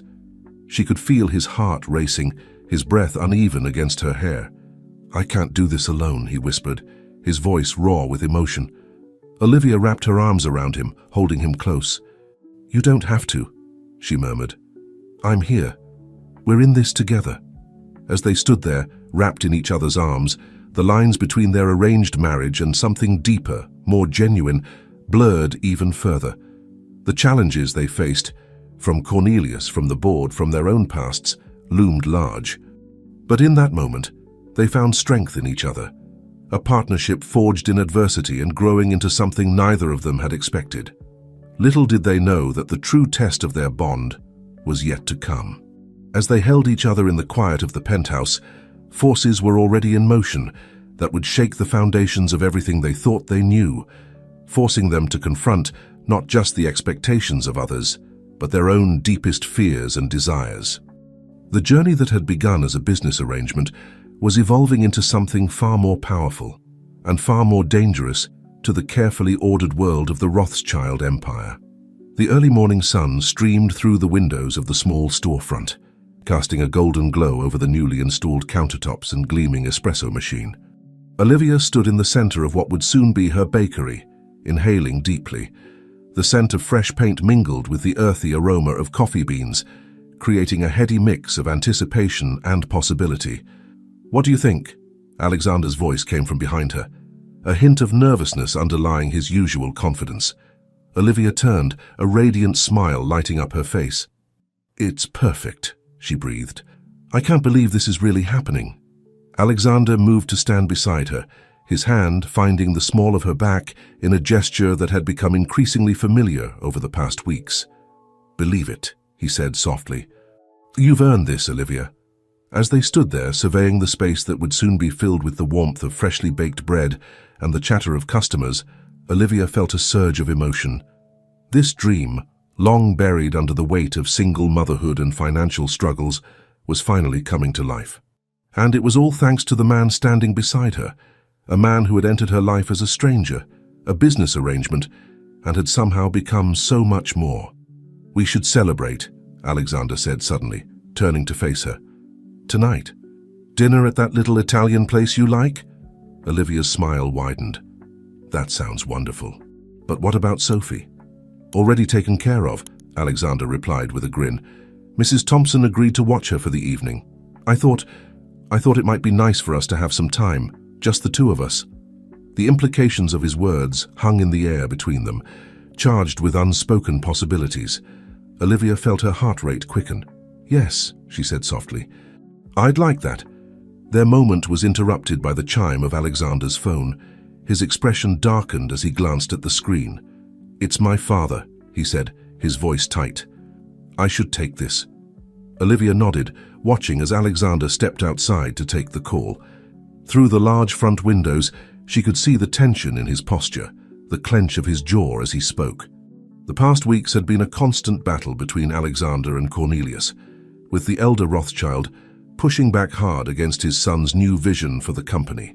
When Alexander returned, the lines of stress around his eyes were more pronounced. "I'm sorry," he said, running a hand through his hair. "That was intense." Olivia reached out, taking his hand in hers. "Do you want to talk about it?" Alexander sighed, intertwining his fingers with hers. "My father is pressuring me to abandon the new initiatives we proposed. He says they're diluting the Rothschild brand. He wants me to focus solely on maximizing short-term profits. Shareholders be damned." "And what do you want?" Olivia asked gently. Alexander was quiet for a moment, his thumb tracing absent patterns on the back of her hand. "I want to build something meaningful," he said finally. "Something that makes a difference, not just in the boardroom, but in people's lives, like this." He gestured around the bakery.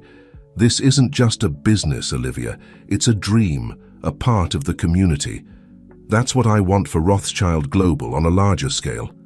Olivia felt a swell of pride and affection. This was the Alexander she had come to know over the past months, passionate, visionary, with a depth of caring that he had long kept hidden beneath a polished exterior. "Then that's what you should fight for," she said firmly. "You have good instincts, Alexander. Trust them." He looked at her then, his eyes intense. "I trust you," he said softly. "More than I've ever trusted anyone." The weight of his words, the vulnerability in his voice made Olivia's breath catch. They stood there, hands clasped, the air between them charged with unspoken emotions. The spell was broken by the arrival of the contractor, ready to discuss the final touches on the bakery's renovation. As they threw themselves into the details of light fixtures and seating arrangements, both Olivia and Alexander felt the shift in their relationship, a deepening of their connection, a growing reliance on each other that went far beyond their initial arrangement. The day passed in a whirlwind of decisions and preparations. By the time evening fell, Olivia felt a mixture of exhaustion and exhilaration. As she prepared for their dinner, slipping into a sleek black dress that she hoped Alexander would appreciate, she found herself filled with a nervous energy she hadn't experienced in years. When she emerged from her room, she found Alexander waiting in the living room. He stood as she entered, his eyes widening as he took in her appearance. "Olivia," he breathed, "you look stunning." She felt a blush rise to her cheeks at the open admiration in his gaze. "Thank you," she said softly. "You clean up pretty well yourself." As they made their way to the restaurant, Olivia was acutely aware of Alexander's presence beside her, the warmth of his hand on her back as he guided her through the door, the subtle scent of his cologne, the way his eyes seemed to constantly find hers. The restaurant was intimate and cozy, with soft lighting and the gentle strains of jazz playing in the background. As they settled into their seats, Olivia felt a flutter of anticipation in her stomach. This felt different from their usual dinners at home, more intentional, more like a real date. Their conversation flowed easily, touching on the bakery plans, Sophie's latest adventures at school, and their hopes for the future. As the evening progressed, Olivia found herself marveling at how far they had come. The guarded, somewhat cold man she had first met had been replaced by someone warm, engaged, and surprisingly vulnerable. As they lingered over dessert, a rich tiramisu that they shared between them, Alexander reached across the table, taking her hand in his. "Olivia," he said, his voice low and intense, "I need you to know something. These past months, working with you, getting to know you, it's changed me, you've changed me, and I—" But before he could finish, his phone buzzed insistently. Alexander glanced at it, his expression darkening. "It's my father," he said, frustration evident in his voice. "I'm sorry. I have to take this." As Alexander stepped away to take the call, Olivia felt a mix of disappointment and concern. Whatever Alexander had been about to say, she sensed it was important. And the constant intrusion of Cornelius into their lives was becoming increasingly problematic. When Alexander returned to the table, his jaw was set in a hard line. "I'm sorry," he said, his voice tight. "My father, he's called an emergency board meeting for tomorrow morning. He's pushing for a vote on my leadership." Olivia felt a chill run through her. "What does that mean?"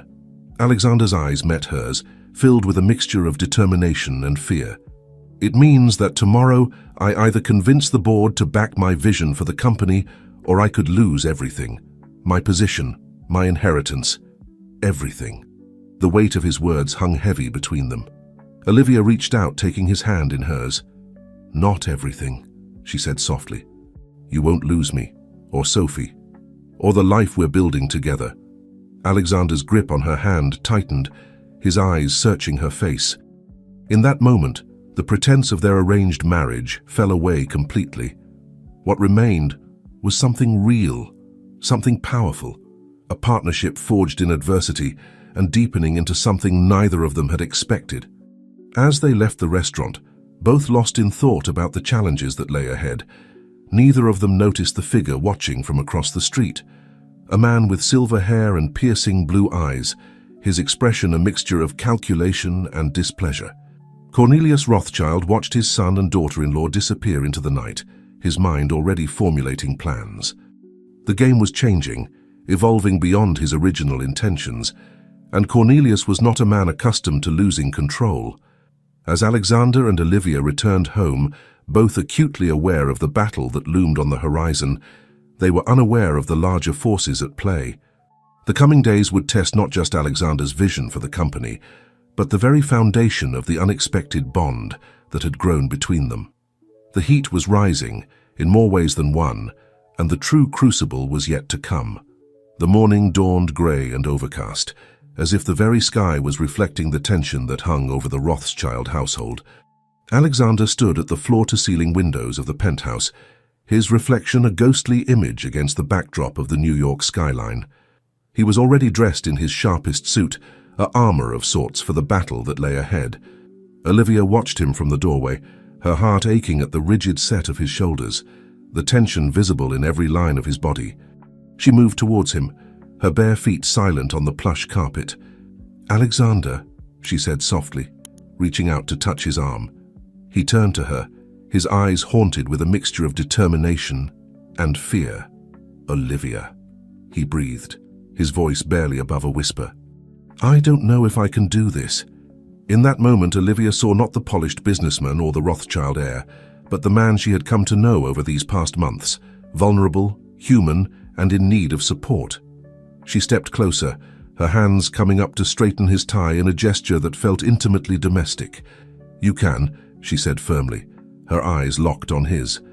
"You are stronger than you know, Alexander, and you're not alone in this." He caught her hands in his, holding them against his chest. Olivia could feel the rapid beat of his heart beneath her palms. "Come with me," he said suddenly. "To the meeting. I need you there." Olivia nodded without hesitation. "Of course. We're in this together, remember?" A ghost of a smile touched Alexander's lips. He leaned forward, pressing his forehead against hers. For a moment they stood there, drawing strength from each other's presence. The moment was broken by Sophie's cheerful voice calling from the kitchen. "Mommy, Mr. Alexander, I made toast." They pulled apart, a shared look of affection passing between them at the little girl's announcement. "We'd better go fuel up for battle," Alexander said, his voice lighter than it had been all morning. As they joined Sophie for breakfast, Olivia marveled at how naturally Alexander interacted with her daughter, helping her spread jam on her toast and listening intently to her chatter about school. It struck her then with a clarity that took her breath away, how much of a family they had become. The ride to Rothschild Global Investments was tense, the air in the car thick with unspoken anxiety. Olivia reached across the seat, taking Alexander's hand in hers. He gripped it tightly, as if it were a lifeline. As they entered the imposing building, Olivia felt the weight of eyes upon them. Whispers followed in their wake as they made their way to the executive floor. It was clear that news of the emergency board meeting had spread, and speculation was rife. Outside the boardroom, they paused. Alexander turned to Olivia, his eyes searching her face. "Whatever happens in there," he said softly, "I want you to know that meeting you, being with you and Sophie, it's changed everything for me. You've given me a purpose beyond just profit margins and stock prices." Olivia felt tears prick at her eyes. She reached up, cupping Alexander's face in her hands. "And you've given us a home, a family. We'll face whatever comes together." For a moment, it seemed as if Alexander might say more, might finally put into words the emotions that had been building between them. But then the boardroom doors opened, and the moment was lost. Cornelius Rothschild stood in the doorway, his piercing gaze taking in the scene before him. His eyes narrowed slightly at the sight of Olivia, but his voice was coldly polite when he spoke.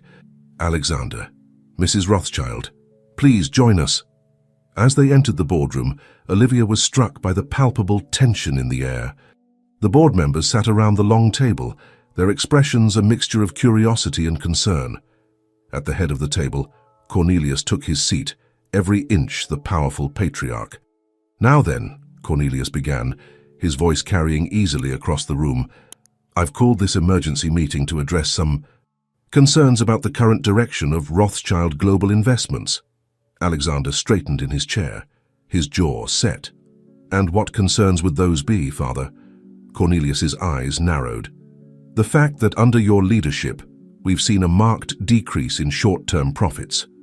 Your focus on so-called ethical investments and community initiatives is undermining the very foundation of this company." "On the contrary," Alexander countered, his voice steady, "these initiatives are positioning us for long-term growth and stability. The market is changing and we need to change with it." As the debate raged on, Olivia watched the board members closely. Some nodded along with Alexander's points, while others frowned in concern at Cornelius's dire predictions. It was clear that the room was divided. Then Cornelius played his trump card. "I've prepared a detailed report," he said, gesturing to the folders in front of each board member, "outlining the potential risks of Alexander's strategies. I believe you'll find the projections troubling." As the board members began to flip through the report, murmurs of concern filled the room. Olivia could see Alexander's confidence wavering, his arguments faltering in the face of his father's meticulous planning. In that moment, Olivia knew she had to act. She couldn't sit silently by and watch Alexander's dreams, their dreams, be dismantled. "If I may," she said, her voice clear and strong. All eyes turned to her, surprise evident on many faces. Cornelius's expression darkened, but he nodded curtly for her to continue. Olivia took a deep breath, drawing on all the strength and determination that had seen her through years of single motherhood and struggle. "These projections," she began, "are based on outdated models. They don't take into account the changing attitudes of consumers, particularly younger generations." She stood, moving to the front of the room with a confidence she didn't entirely feel. "I come from a world very different from yours," she continued, "a world where people are increasingly concerned about the ethics of the companies they support. Alexander's vision isn't just morally right, it's economically smart." As she spoke, Olivia could see the board members listening intently. She shared anecdotes from her own experiences, painting a vivid picture of the real-world impact of corporate decisions. She talked about the bakery project, how it had already begun to transform a neighborhood. "What Alexander is proposing," she concluded, her eyes meeting his across the room, "is a future where Rothschild Global doesn't just make money, but makes a difference. It's a future I believe in. And I think, if you look beyond the short-term numbers, you'll see it's a future worth investing in. As Olivia retook her seat, a charged silence fell over the room. Alexander reached under the table, squeezing her hand in silent gratitude. Cornelius's expression was thunderous, but before he could speak, one of the board members cleared her throat. "I think," the woman said slowly, "that Mrs. Rothschild has raised some valid points. Perhaps we've been too hasty in our judgments." A murmur of agreement ran through the room. Olivia could see the tide turning, the doubt in people's eyes being replaced by consideration, even excitement. Cornelius, sensing he was losing control of the situation, stood abruptly. "This is preposterous," he snapped. "Are we really going to let the naive idealism of a baker sway the future of this company?" His words hung in the air, sharp and dismissive. But instead of the agreement he clearly expected, Cornelius was met with frowns of disapproval. Alexander stood then, his voice quiet but firm. "That baker," he said, "has shown more insight into the future of business than anyone in this room. She represents the very people we should be considering in our decisions. If that's naive idealism, then perhaps it's exactly what this company needs." The room erupted into discussion, board members debating animatedly amongst themselves. As the conversation flowed around them, Alexander and Olivia shared a look of cautious hope. Whatever the outcome, they had made their stand together. As the meeting stretched into its third hour, the shape of Rothschild Global's future began to emerge. It was a compromise, a careful balance between tradition and innovation, but it was a future that bore the unmistakable stamp of Alexander's vision and Olivia's influence. When the final vote was tallied, Alexander's leadership was affirmed, albeit with the caveat of closer board oversight. As the meeting adjourned, Cornelius stormed out without a word, his face a mask of barely contained fury. In the aftermath, as board members filed out, offering congratulations and handshakes, Alexander and Olivia found themselves alone in the boardroom. Without a word, Alexander pulled Olivia into a fierce embrace. "We did it," he whispered into her hair. "You did it." "Olivia, you were amazing." Olivia clung to him, the adrenaline of the past few hours finally giving way to exhaustion and relief. "We did it together," she said softly. As they stood there, holding each other in the quiet of the boardroom, both were acutely aware that something fundamental had shifted. The lines between their arranged marriage and genuine partnership had blurred beyond recognition. But even as they reveled in their victory, neither was naive enough to believe that Cornelius would accept defeat gracefully. As they left the boardroom hand in hand, they were unaware of the storm that was brewing. A storm that would test not just their business acumen, but the very foundation of the bond they had forged. The crucible had been survived, but the true test was yet to come. The days following the tumultuous board meeting passed in a whirlwind of activity. Alexander threw himself into implementing his new vision for Rothschild Global, while Olivia divided her time between final preparations for the bakery's grand opening and supporting Alexander in his endeavors. The penthouse buzzed with a newfound energy, a sense of purpose and shared excitement that seemed to infuse every moment. It was on a crisp Saturday morning, as sunlight streamed through the kitchen windows, that the first ripples of change began to make themselves felt. Alexander stood at the counter, attempting to flip pancakes under Sophie's watchful eye, while Olivia brewed coffee and checked her phone for any last-minute messages about the bakery's opening, scheduled for the following week. "Mr. Alexander," Sophie giggled. "I think that one's supposed to be round, not splat-shaped." Alexander mock-frowned at the misshapen pancake on the spatula. "I'll have you know, young lady, that in certain very exclusive culinary circles, splat-shaped is all the rage." Olivia watched the interaction with a warmth blooming in her chest. The sight of Alexander, still in his pajamas, hair mussed from sleep, joking easily with her daughter, struck her with an almost physical force. This was what she had always dreamed of: a family, a partnership, a home filled with laughter and love. The moment was interrupted by the sharp ring of the doorbell. Alexander and Olivia exchanged a puzzled glance. They weren't expecting anyone, and visitors to the penthouse were rare. "I'll get it," Olivia said, setting down her coffee mug. She opened the door to find a courier, holding a thick envelope. "Delivery for Alexander Rothschild, the young man said, handing over the package. Olivia thanked him and closed the door, a sense of unease settling over her as she examined the envelope. The return address was that of Cornelius Rothschild's personal lawyer. "Alexander," she called, her voice tight, "I think you need to see this." Alexander appeared in the hallway, wiping his hands on a dish towel. His eyes narrowed as he saw the envelope. "Is that from—" Olivia nodded, handing it over.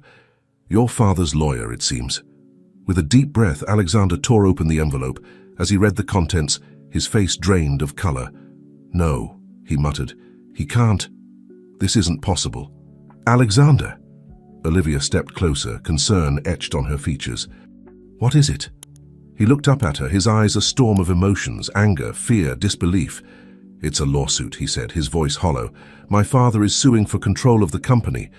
He's claiming that I'm mentally unfit to lead, that my recent decisions are evidence of instability." Olivia felt as though the floor had dropped out from under her. "He can't do that," she said, reaching for Alexander's hand. "The board just voted to support your leadership." Alexander's laugh was bitter. Apparently he thinks he can, and he's not stopping there. He flipped to the next page, his jaw clenching. "He's also petitioning to have our marriage annulled, claiming it was entered into under false pretenses, and has unduly influenced my business decisions." The weight of Cornelius's actions hung heavy in the air between them. This wasn't just a business maneuver. It was a direct attack on the life they had built together, on the family they had become. "Mommy, Mr. Alexander." Sophie's small voice came from the kitchen doorway. "Is everything okay?" Olivia turned, forcing a smile onto her face. "Everything's fine, sweetheart. Why don't you go watch some cartoons while we finish breakfast?" As Sophie padded off to the living room, Olivia turned back to Alexander. He stood rigid, the papers crumpled in his fist, his eyes unfocused as he stared at nothing. "Alexander," Olivia said softly, placing a hand on his arm. "Look at me." Slowly he raised his eyes to meet hers. The vulnerability she saw there made her heart ache. "We will fight this," she said, her voice low and intense. "Together. Your father doesn't get to decide who we are or what we mean to each other." For a long moment, Alexander was silent. Then slowly the tension began to leave his body. He unclenched his fist, letting the crumpled papers fall to the floor, and pulled Olivia into a tight embrace. "I can't lose you," he whispered into her hair. "You and Sophie. You're everything to me now. I don't care about the company, about the Rothschild name. I care about us." Olivia held him tightly, her own eyes filling with tears. "You won't lose us," she promised. "No matter what your father does, we're a family now. That's not something he can take away with lawyers and lawsuits." As they stood there, holding each other in the quiet of the hallway, both were acutely aware of how far they had come. What had started as an arrangement, a business deal, had grown into something real, something precious. And now they would have to fight to protect it. The rest of the day passed in a blur of phone calls and strategy sessions. Alexander was in constant contact with the company's legal team, while Olivia reached out to her own network of friends and contacts, seeking advice and support. As evening fell, they found themselves on the balcony, looking out over the city. Sophie was asleep, the penthouse quiet save for the distant sounds of traffic below. "What are you thinking?" Olivia asked, watching Alexander's profile in the fading light. He was quiet for a moment, his fingers absently tracing patterns on the back of her hand. "I'm thinking," he said finally, "about the first time I saw you. In that boardroom, looking so out of place, and yet so determined. I thought my father was cruel, forcing this arrangement on us both." He turned to her then, his eyes intense. "I never imagined I'd be standing here, months later, grateful for his manipulation. Because without it, I might never have known you, Olivia. I might never have understood what it means to have a real partner, a real family." Olivia felt her breath catch in her throat. "Alexander," she began, but he shook his head, silencing her. "Let me finish," he said softly. "I need you to know this. Whatever happens with the company, with my father's lawsuit, with any of it, none of that matters to me as much as you and Sophie. You've shown me what really matters in life, and I'm not going to let anyone take that away." As the last light faded from the sky, Alexander and Olivia stood together on the balcony, their fingers intertwined, facing an uncertain future. But in that moment, both felt a sense of certainty, not about what challenges lay ahead, but about the strength of the bond between them. The ripples from Cornelius's actions would continue to spread, threatening to upend the life they had built. But as they stood there, together in the gathering darkness, Alexander and Olivia made a silent vow. They would face whatever came next, as they had faced everything else, together as a family, united against the storm. Little did they know that the true test of their bond was yet to come, as Cornelius Rothschild prepared to unleash forces that would shake the very foundations of their world. The following weeks unfolded like a high-stakes chess match, with Cornelius Rothschild and his team of lawyers making aggressive moves, while Alexander and Olivia scrambled to defend their position. The once peaceful penthouse had transformed into a war room, with legal documents strewn across every surface and a constant stream of calls from lawyers, board members, and concerned employees. Amidst this chaos, Olivia stood in the newly opened bakery, Sweet Foundations, trying to focus on a customer's order. The grand opening had been a success, despite the dark cloud hanging over their personal lives. The aroma of freshly baked bread and coffee filled the air, a stark contrast to the tension that seemed to permeate every other aspect of their lives. As she handed over a box of carefully selected pastries, Olivia caught sight of a familiar figure through the shop window. Her heart sank as she recognized one of Cornelius's lawyers, accompanied by what appeared to be a private investigator. They weren't even trying to be subtle anymore. The bell above the door chimed as Alexander entered, his tie loosened and dark circles under his eyes betraying his exhaustion. He made his way to the counter, offering Olivia a weak smile. "How's business?" he asked, his voice low. Olivia reached across the counter, squeezing his hand. "Steady, but we have company," she murmured, nodding towards the window. Alexander's jaw tightened as he spotted the men outside. "They're getting bolder," he muttered. "I'm sorry, Olivia. I never meant for you to be caught in the crossfire like this." Olivia shook her head firmly. "Don't apologize. We're in this together, remember?" "How did the meeting with the board go?" Alexander ran a hand through his hair, a gesture Olivia had come to recognize as a sign of frustration. "It was tense. My father's accusations have some of them spooked. They're starting to question everything, second-guessing decisions we made weeks ago."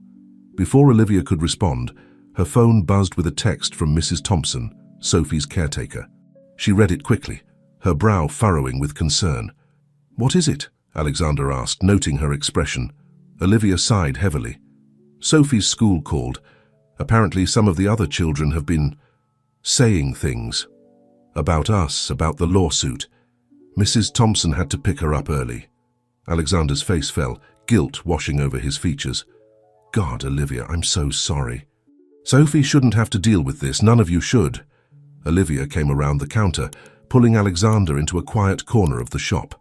"Listen to me," she said firmly, cupping his face in her hands. "This is not your fault. Your father is the one doing this, not you. We will get through this." For a moment, Alexander leaned into her touch, drawing strength from her presence. Then, straightening up, he nodded. "You're right. We should go home, talk to Sophie together." As they left the bakery, Olivia couldn't help but notice the way Alexander placed himself between her and Cornelius's men, his body language protective and defiant. It was a small gesture, but it spoke volumes about how their relationship had evolved. Back at the penthouse, they found Sophie curled up on the couch, her usual vibrant energy subdued. Mrs. Thompson gave them a sympathetic look as she gathered her things to leave. "Hey, sweetheart," Olivia said softly, sitting beside her daughter. "Do you want to talk about what happened at school?" Sophie looked up, her eyes brimming with unshed tears. "Why are people saying mean things about us, Mommy? About you and Mr. Alexander?" Alexander knelt in front of the couch, his heart breaking at the confusion and hurt in Sophie's voice. "Sometimes, Sophie," he began carefully, "grown-ups disagree about things, and sometimes they don't handle those disagreements very well. But I want you to know that none of this is your fault or your mum's fault." "Is it your fault?" Sophie asked innocently, her gaze fixed on Alexander. He hesitated, the weight of guilt threatening to overwhelm him. But before he could respond, Olivia jumped in. "No, honey, it's not Alexander's fault either. Sometimes families have problems, but that doesn't mean anyone is to blame. What matters is that we stick together and support each other. That's what real families do. Sophie seemed to consider this for a moment. Then, in a move that surprised both adults, she climbed into Alexander's lap, wrapping her small arms around his neck. "We're a real family, right?" she asked, her voice muffled against his shoulder. Alexander felt a lump form in his throat as he hugged Sophie back. "Yes," he said softly, meeting Olivia's eyes over the little girl's head. "We're a real family." Later that night, after Sophie had been tucked into bed with extra stories and reassurances, Alexander and Olivia sat at the kitchen island, an array of legal documents spread out before them. "We need to talk about our next move," Alexander said, his voice weary but determined. "My father's not going to back down easily. He's already started reaching out to major shareholders, trying to sway them to his side." Olivia nodded, her mind racing. "What about the ethical investment initiatives you started? And the community outreach programs? Surely there must be data showing their positive impact by now." Alexander's eyes lit up slightly. "You're right. It's still early, but the preliminary numbers are promising. If we can show that these programs are not just morally right but financially sound." As they pored over reports and strategized late into the night, both were acutely aware of the stakes. This wasn't just about business anymore. It was about protecting the life they had built together, the family they had become. In the quiet hours of the early morning, as they finally prepared for bed, Alexander caught Olivia's hand, pulling her close. "Olivia," he said softly, his voice thick with emotion, "I need you to know something. No matter what happens with the company, with my father, with any of it, you and Sophie are what matter most to me now. If I had to choose between the Rothschild empire and our family, I'd choose you, every time." Olivia felt tears prick at her eyes as she leaned into Alexander's embrace. "We're not going to let it come to that," she whispered fiercely. "We're going to fight, and we're going to win. Together." As they held each other in the darkness of their bedroom, both Alexander and Olivia were aware that the coming days would test them like never before. The siege laid by Cornelius Rothschild was only beginning, and the battles ahead would challenge not just their business acumen, but the very foundation of their relationship. But in that moment, wrapped in each other's arms, they found strength in their unity. Whatever storms lay ahead, they would weather them as they had everything else, together, as a family, bound by a love that had grown from the most unexpected of beginnings. Little did they know that Cornelius had yet to play his most devastating card, a revelation that would shake Alexander to his core and test the limits of Olivia's commitment to their newfound family. The early morning light filtered through the windows of the Rothschild penthouse, casting long shadows across the living room where Alexander sat, surrounded by stacks of legal documents. He had been up most of the night, poring over financial reports and correspondence, searching for anything that might give them an edge in the upcoming legal battle. Olivia found him there as she emerged from the bedroom, hair tousled from sleep, concern etched on her face. "Have you been up all night?" she asked softly, moving to stand behind him and placing her hands on his tense shoulders. Alexander leaned back into her touch, exhaling deeply. "I couldn't sleep. There's something we're missing, Olivia. Some piece of the puzzle that doesn't fit." Before Olivia could respond, Alexander's phone buzzed with an incoming message. He glanced at it, his brow furrowing. "It's from an unknown number," he murmured, opening the message. As he read, his face paled visibly. Olivia felt his shoulders tense beneath her hands. "Alexander, what is it?" He handed her the phone wordlessly. On the screen was a cryptic message. "If you want to understand your father's true motivations, look into the Hawthorne merger of 1989. Not everything is as it seems. A friend." Olivia frowned, puzzled. "The Hawthorne merger. What does that mean?" Alexander shook his head, his mind racing. "I'm not sure. It was before my time, one of my father's early big deals. But why would it be relevant now?" As if in answer to his question, there was a sharp knock at the door. Both of them froze, exchanging wary glances. It was barely 7 a.m., far too early for a social call. Alexander moved to answer it, Olivia close behind him. As he opened the door, they found themselves face to face with a petite, elderly woman, her silver hair neatly coiffed, her eyes sharp behind wire-rimmed glasses.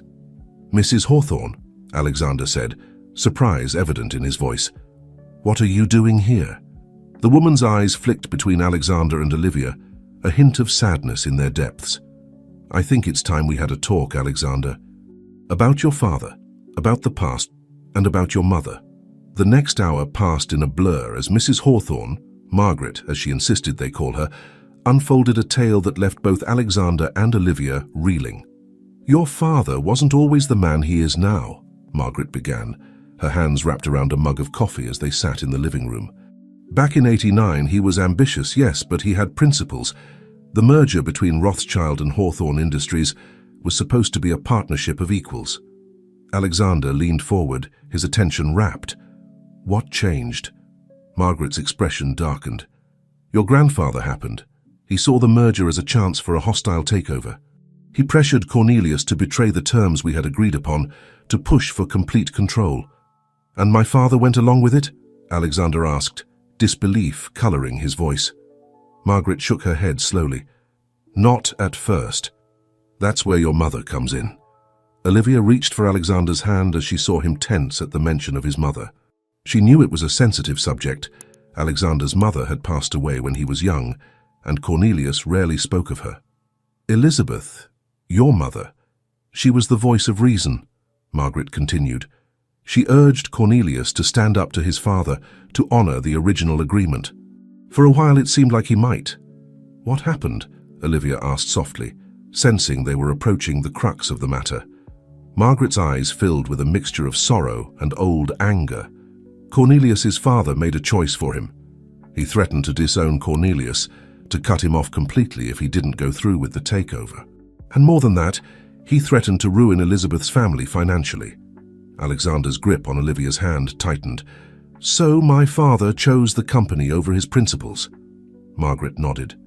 "The takeover went through. Hawthorne Industries was absorbed into Rothschild Global, but the cost—" She trailed off, her gaze distant. "The cost?" Alexander prompted, though part of him dreaded the answer. Margaret's eyes refocused on Alexander, filled with sympathy. "Your mother never forgave Cornelius for giving in to his father's demands. She saw it as a betrayal of everything they had believed in together.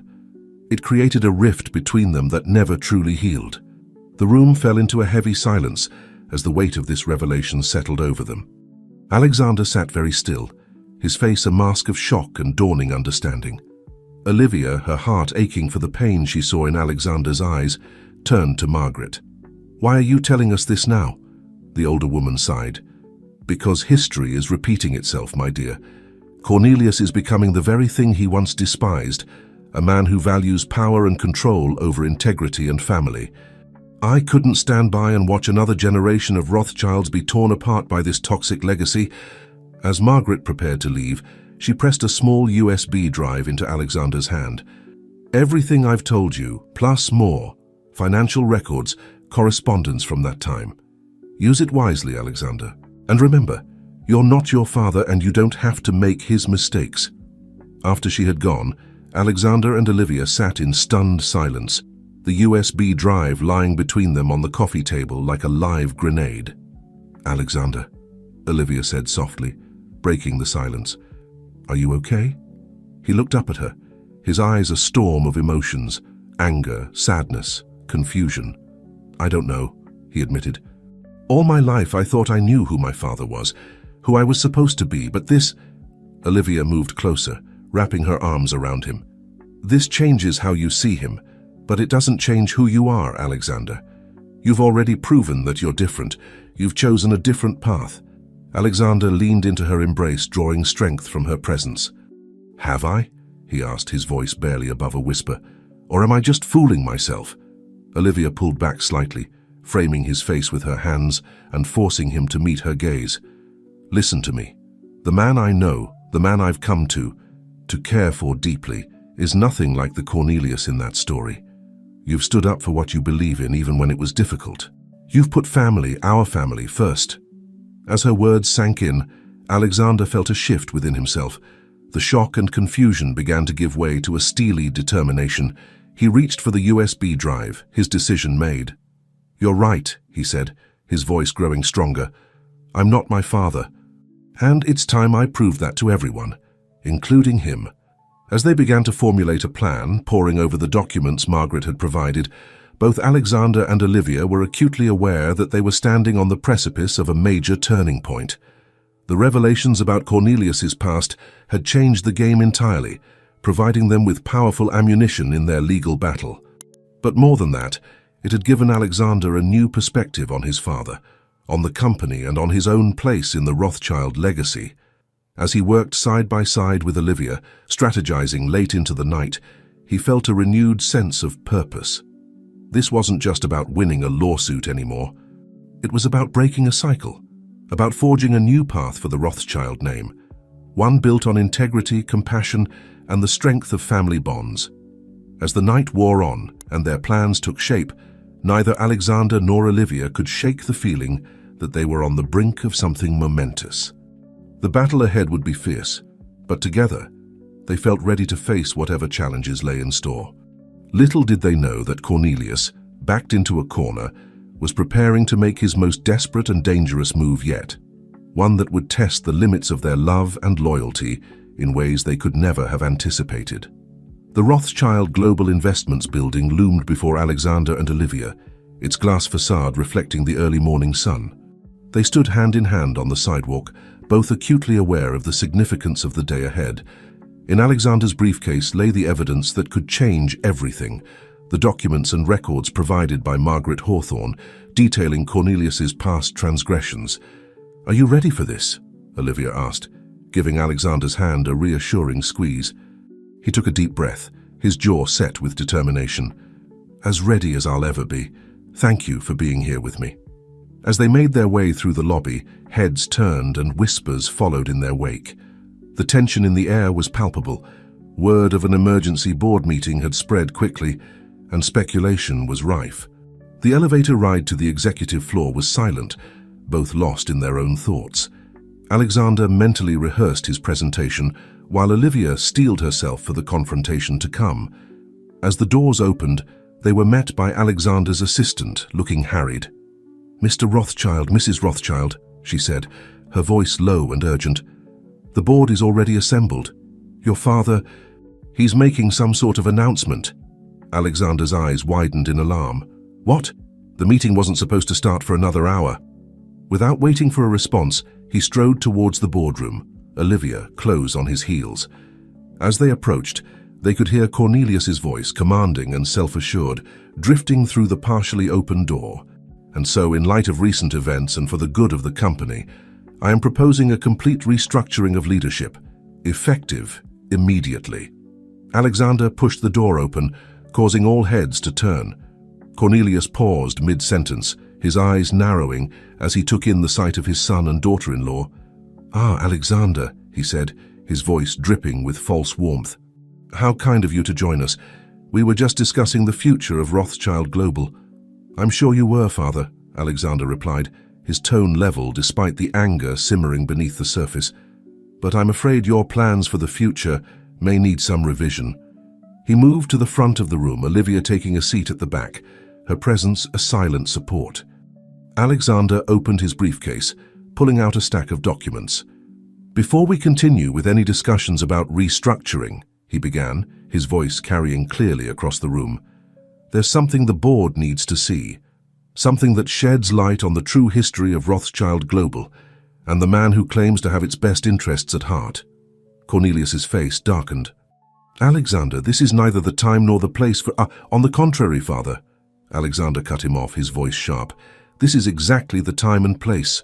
For too long, decisions have been made in this company based on half-truths and manipulations. That ends today." Over the next hour, Alexander laid out the evidence provided by Margaret Hawthorne. He detailed the true nature of the 1989 merger, the ethical compromises made, and the personal cost to his family. As he spoke, he could see the shock and disbelief on the faces of the board members. Some looked angry, others disappointed, but all were riveted by the revelations. Cornelius sat silent throughout, his face a mask of stone. But Olivia, watching closely, could see the subtle signs of his growing desperation, the tightening of his jaw, the white-knuckled grip on his armrests. As Alexander concluded his presentation, the room erupted into chaos. Board members argued amongst themselves, some demanding explanations from Cornelius, others calling for an immediate vote on leadership. Amidst the uproar, Cornelius stood slowly, his eyes fixed on Alexander. When he spoke, his voice was low and dangerous. "You think you've won, don't you?" he said, loud enough for only Alexander and those nearest to hear. "You think exposing old history changes anything? You have no idea what you've just done, boy." Before Alexander could respond, Cornelius turned on his heel and strode out of the boardroom, pushing past a startled Olivia on his way out. The next few hours passed in a blur of discussions, votes, and hastily called legal consultations. By the time the dust settled, it was clear that the balance of power had shifted dramatically. The board, shaken by the revelations and impressed by Alexander's handling of the situation, voted overwhelmingly to support his continued leadership and vision for the company. As the last of the board members filed out, offering congratulations and words of support, Alexander finally allowed himself to slump into a chair, the weight of the day catching up with him. Olivia moved to his side, her hand coming to rest on his shoulder. "You did it," she said softly, pride evident in her voice. Alexander looked up at her, a mix of exhaustion and relief on his face. "We did it," he corrected her. "I couldn't have done any of this without you, Olivia." As they prepared to leave, Alexander's assistant appeared at the door, her face pale. "Mr. Rothschild," she said hesitantly, "there's something you need to see." She handed him a tablet open to a breaking news story. The headline made Alexander's blood run cold. "Rothschild heirs marriage of convenience. Insider reveals all." The article, clearly fed by sources close to Cornelius, detailed the arranged nature of Alexander and Olivia's marriage, painting it as a cynical business move rather than a genuine relationship. Olivia, reading over Alexander's shoulder, felt her heart sink.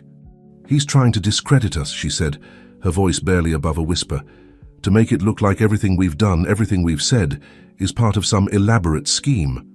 Alexander's jaw clenched, anger and hurt warring in his eyes. "I'll issue a statement, we'll fight this." But Olivia shook her head, cutting him off. "No, Alexander, don't you see? This is exactly what he wants. To drag us into a public battle, to keep us on the defensive." She took the tablet from his hands, setting it aside, and then took both of his hands in hers. "We know the truth. About how we started, yes, but more importantly, about what we've become. No statement, no public denial can prove that. We can only live it." As her words sank in, Alexander felt a shift within himself. The anger began to subside, replaced by a deep, unwavering certainty. He pulled Olivia close, wrapping his arms around her. "You're right," he murmured into her hair. "Let them say what they want. We know who we are, what we mean to each other. That's all that matters." As they left the Rothschild building that evening, hand in hand, both were acutely aware that the battle was far from over. Cornelius's desperate move had raised the stakes, bringing their personal lives into the spotlight in a way they had never anticipated.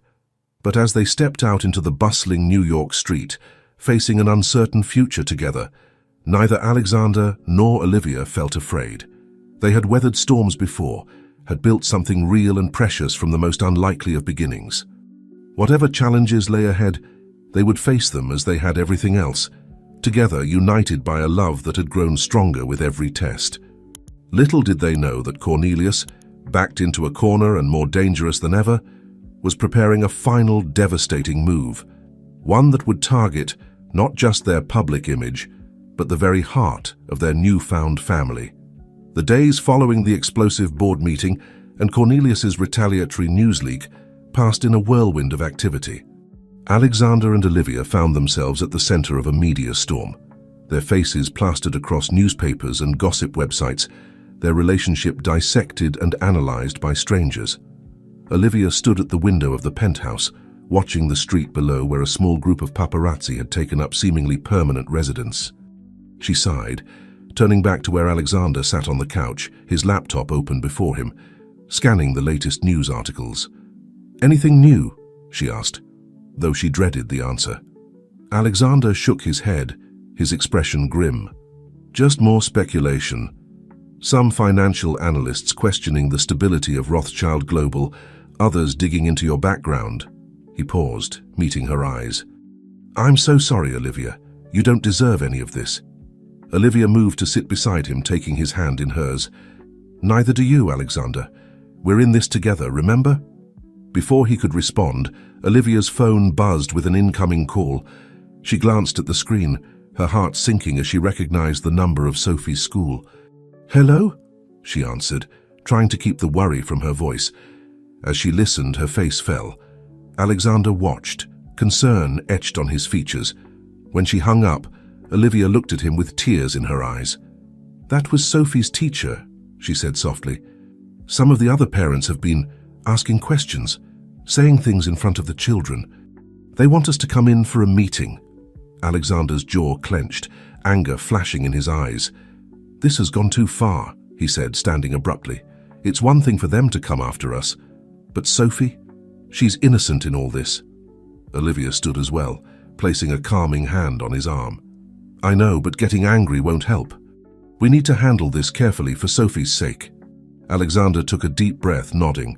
You're right, of course, we'll go together, present a united front. As they prepared to leave for the school, Olivia couldn't help but marvel at how naturally Alexander had stepped into a parental role.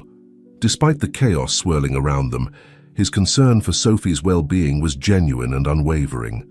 The meeting at the school was tense, with the principal and Sophie's teacher treading carefully around the subject of the media reports. Alexander and Olivia listened as they were told about the whispers in the hallways, the uncomfortable questions from other children, the concerns raised by some parents. We understand this is a difficult situation, the principal said, her tone sympathetic but firm. But we have to consider the impact on all our students. Perhaps it might be best if Sophie took some time away from school, just until things settle down.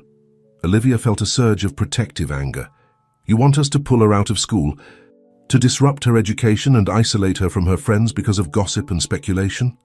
Alexander placed a steadying hand on Olivia's back, but his own voice was steel when he spoke. Sophie has done nothing wrong. She shouldn't be punished for the actions of others. Instead of asking us to remove her, perhaps the school should focus on educating the other parents and children about the harm of gossip and judgment. The principal looked taken aback by their united front. After some further discussion, it was agreed that Sophie would remain in school, with additional support provided to help her navigate any difficult situations. As they left the school, both Alexander and Olivia felt drained but resolute. They had faced the first real test of their family unit and had come through it stronger. Thank you, Olivia said softly as they walked to their car, for standing up for Sophie, for being there. Alexander squeezed her hand. Always, he replied, the single word carrying the weight of a promise. Back at the penthouse, they found Mrs. Thompson, their nanny, attempting to distract Sophie with a board game. The little girl's usual bubbly energy was subdued, and she looked up as they entered with worried eyes. Mommy, Mr. Alexander, are we in trouble? She asked, her voice small. Olivia's heart broke at the uncertainty in her daughter's voice. She knelt down, pulling Sophie into a tight hug. No, sweetheart, we're not in trouble. Some people are just saying silly things, but it doesn't change anything about our family. Alexander joined them, his hand coming to rest on Sophie's shoulder. That's right, he said, his voice gentle but firm. No matter what anyone says, we're a family. And families stick together. As they spent the evening together playing games and making plans for the weekend, all three felt a sense of peace descend.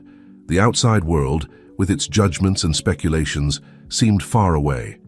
Later that night, after Sophie had been tucked into bed with extra stories and reassurances, Alexander and Olivia found themselves on the balcony, looking out over the city lights. We should get away for a while, Alexander said suddenly. Take Sophie somewhere quiet, away from all this media circus.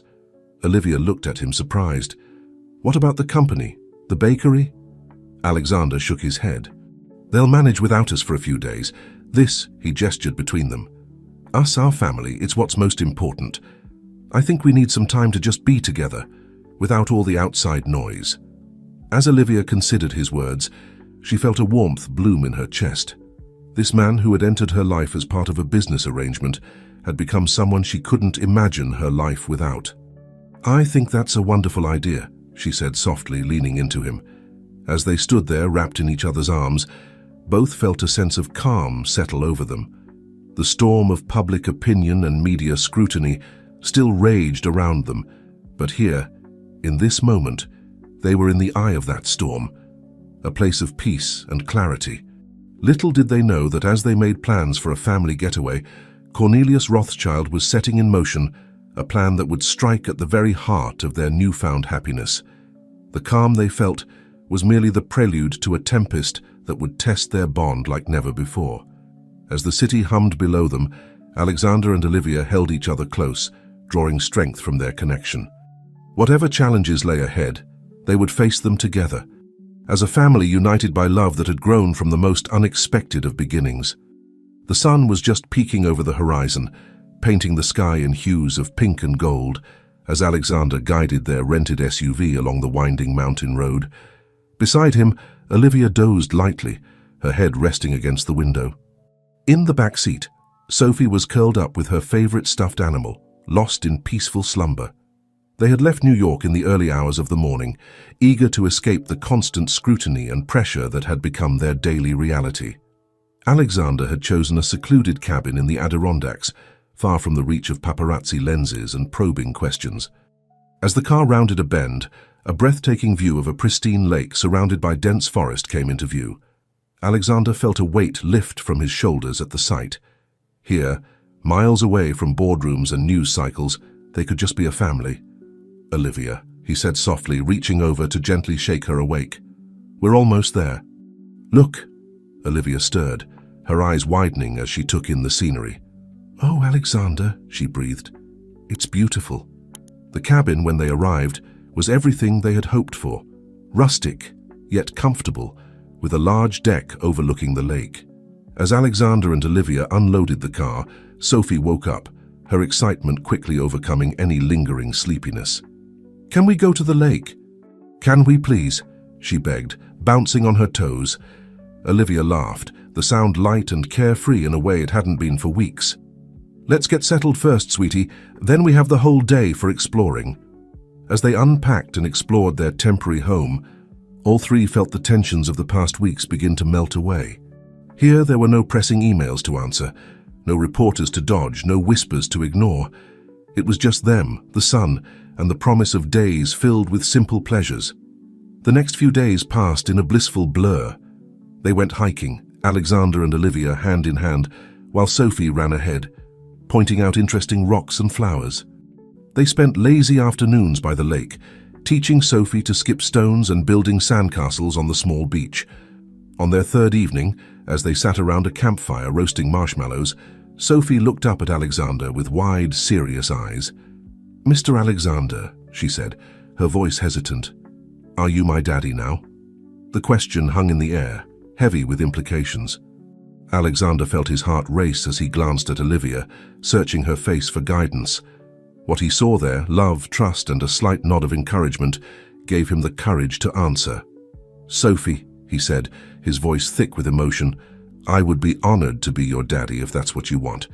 I love you and your mom very much." Sophie's face broke into a radiant smile. She launched herself at Alexander, wrapping her small arms around his neck. "I want that," she whispered. "I love you too, Daddy." As Alexander held Sophie close, his eyes met Olivia's over the little girl's head.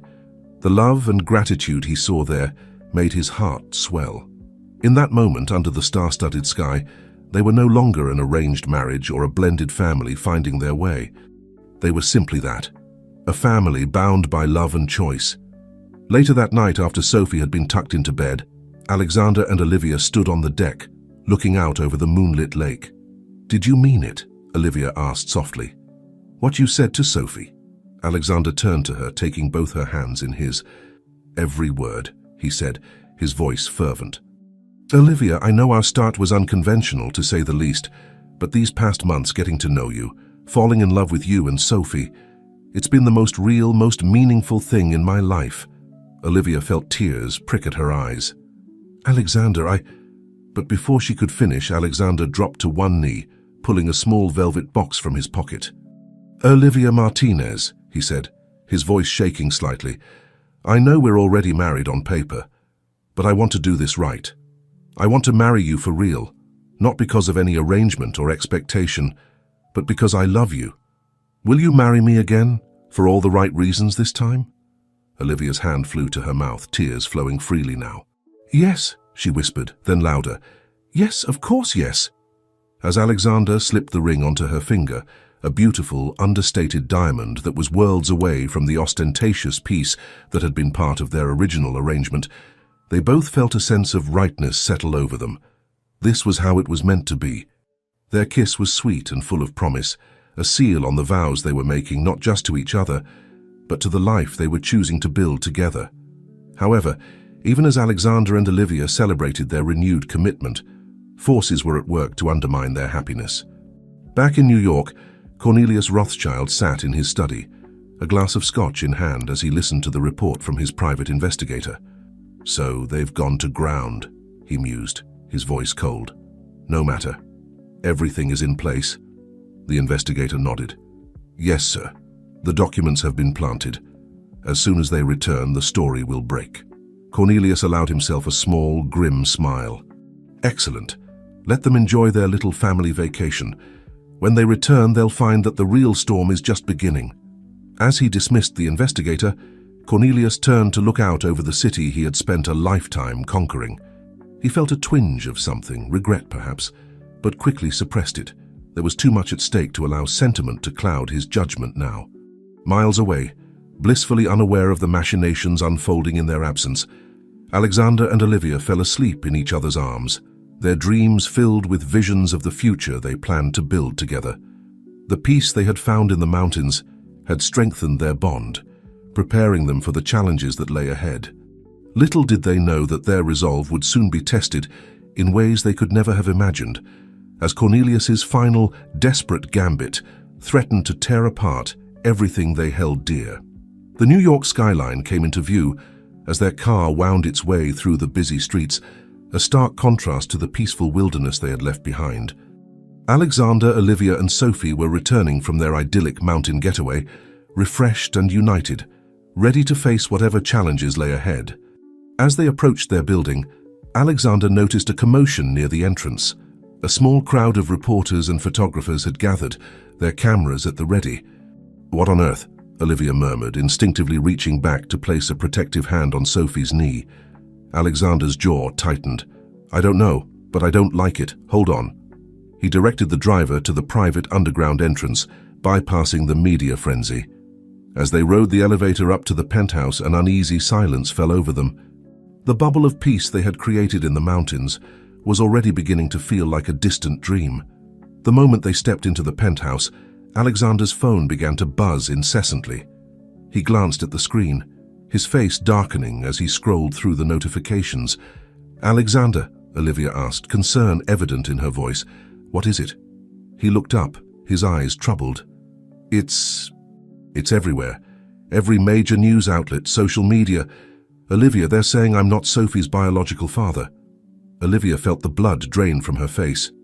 "What? But that's impossible. We never claimed you were." Alexander nodded, running a hand through his hair in frustration. "I know. But apparently there are leaked documents suggesting that we've been lying, that we've been trying to pass Sophie off as a Rothschild to strengthen our position in the company." Sophie, who had been quietly unpacking her backpack, looked up at the mention of her name. "Mommy, Daddy, what's wrong?" The word Daddy from Sophie's lips, so new and precious, made Alexander's heart clench. He knelt down to her level, forcing a smile. "Nothing's wrong, sweetheart. Some people are just saying silly things. Why don't you go unpack in your room? We'll be there to help in a minute." As Sophie skipped off to her room, Olivia turned to Alexander, her eyes wide with a mixture of anger and fear. "This has to be your father's doing, but why?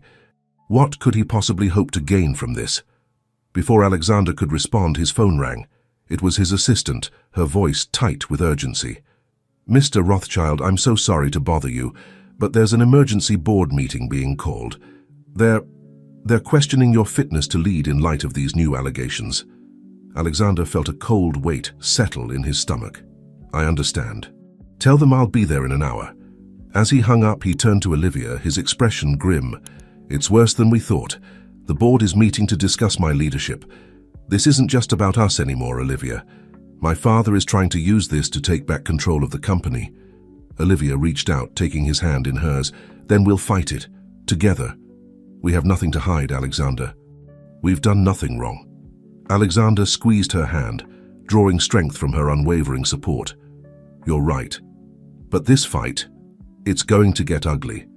Are you sure you're ready for that? Olivia's eyes flashed with determination. I've been through worse, Alexander. We both have. Whatever your father throws at us, we can handle it. We're family now, remember?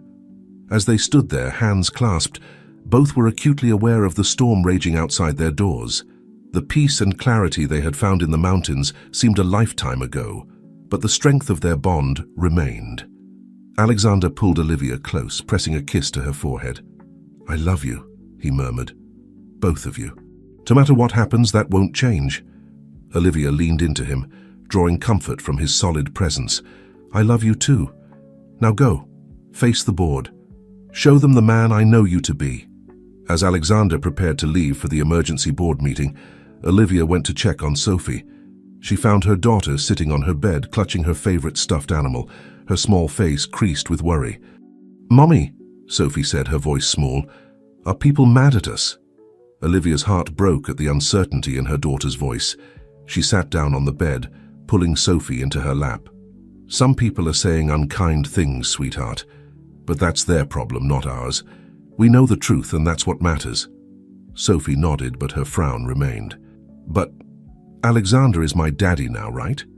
Even if he wasn't before? Olivia felt tears prick at her eyes. Oh, honey. Yes, Alexander is your daddy now. Family isn't just about blood, Sophie. It's about love and choice. And Alexander chose us, just like we chose him. Nothing anyone says can change that. As she held her daughter close, Olivia's mind raced with the challenges that lay ahead. She knew that the coming days would test them all, that the scrutiny and judgment of the outside world would be intense. But as she thought of Alexander, facing down the board with the same courage and integrity he had shown throughout their journey together, she felt a surge of determination. They had come too far, built too much together, to let Cornelius's machinations tear them apart now.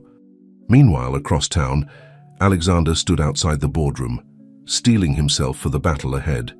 He thought of Olivia and Sophie, of the family they had become, of the love that had grown from the most unexpected of beginnings. With a deep breath, he pushed open the doors, ready to fight for everything that mattered. As the day wore on, the storm Cornelius had set in motion continued to gather strength.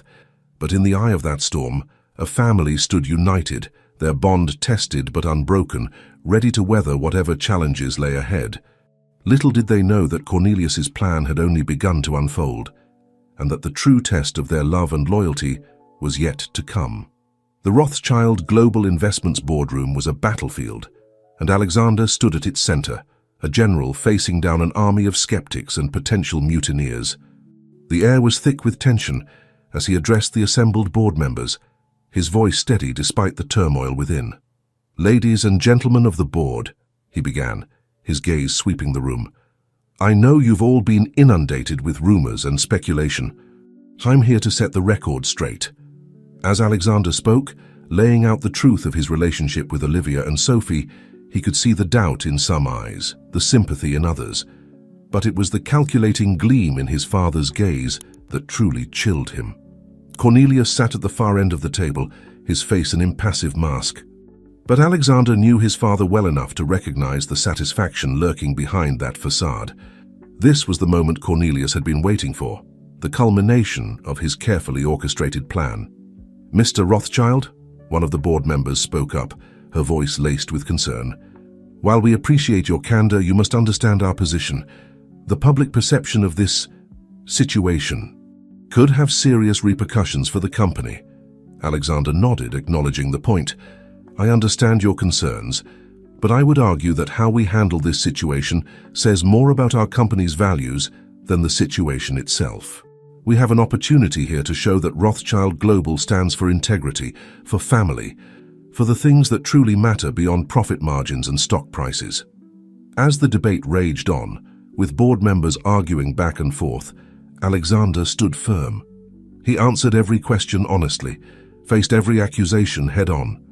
And with each passing moment, he could see the tide of opinion slowly beginning to turn. Meanwhile, across town, Olivia faced her own battle.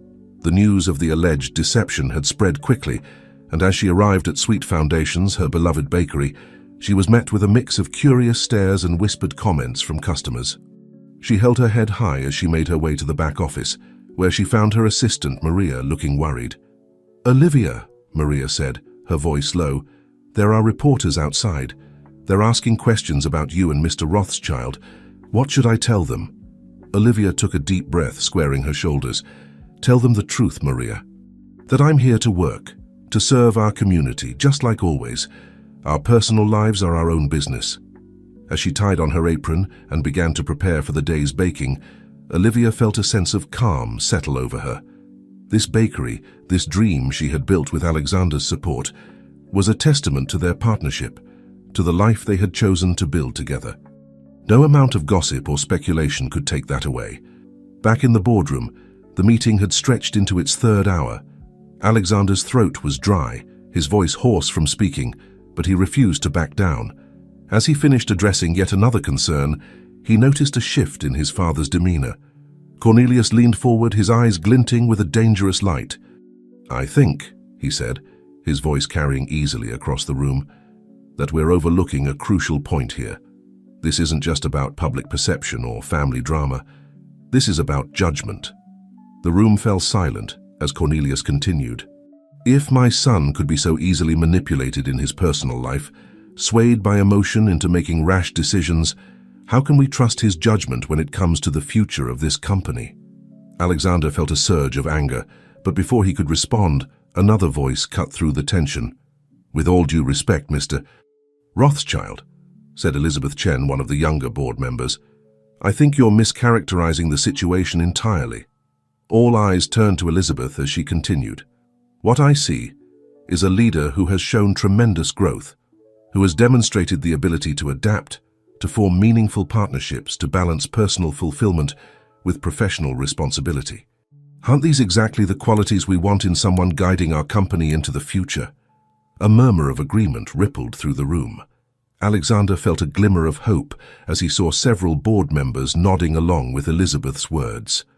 As the meeting finally adjourned with no definitive action taken, but a clear shift in the board's attitude, Alexander felt both exhausted and cautiously optimistic.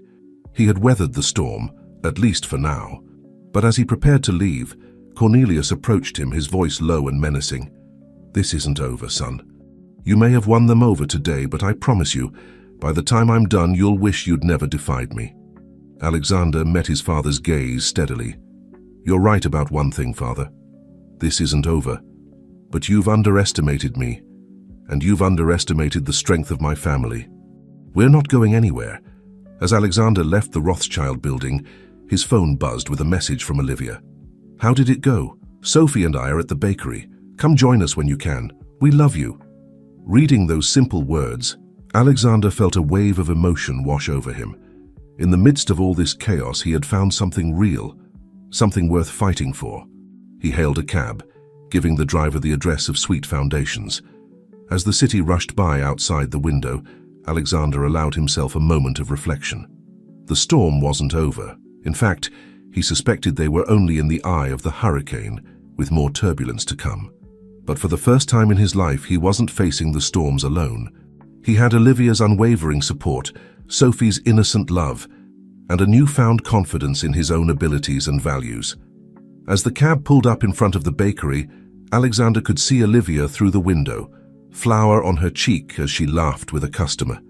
Sophie sat at a small table, her legs swinging as she concentrated on a coloring book. This, he realized, was what truly mattered.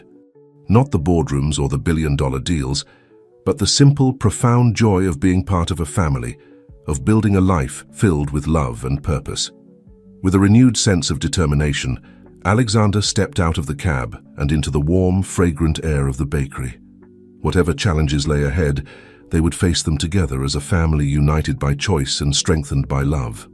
As he embraced Olivia and scooped Sophie up into his arms, Alexander knew that the real battle was just beginning.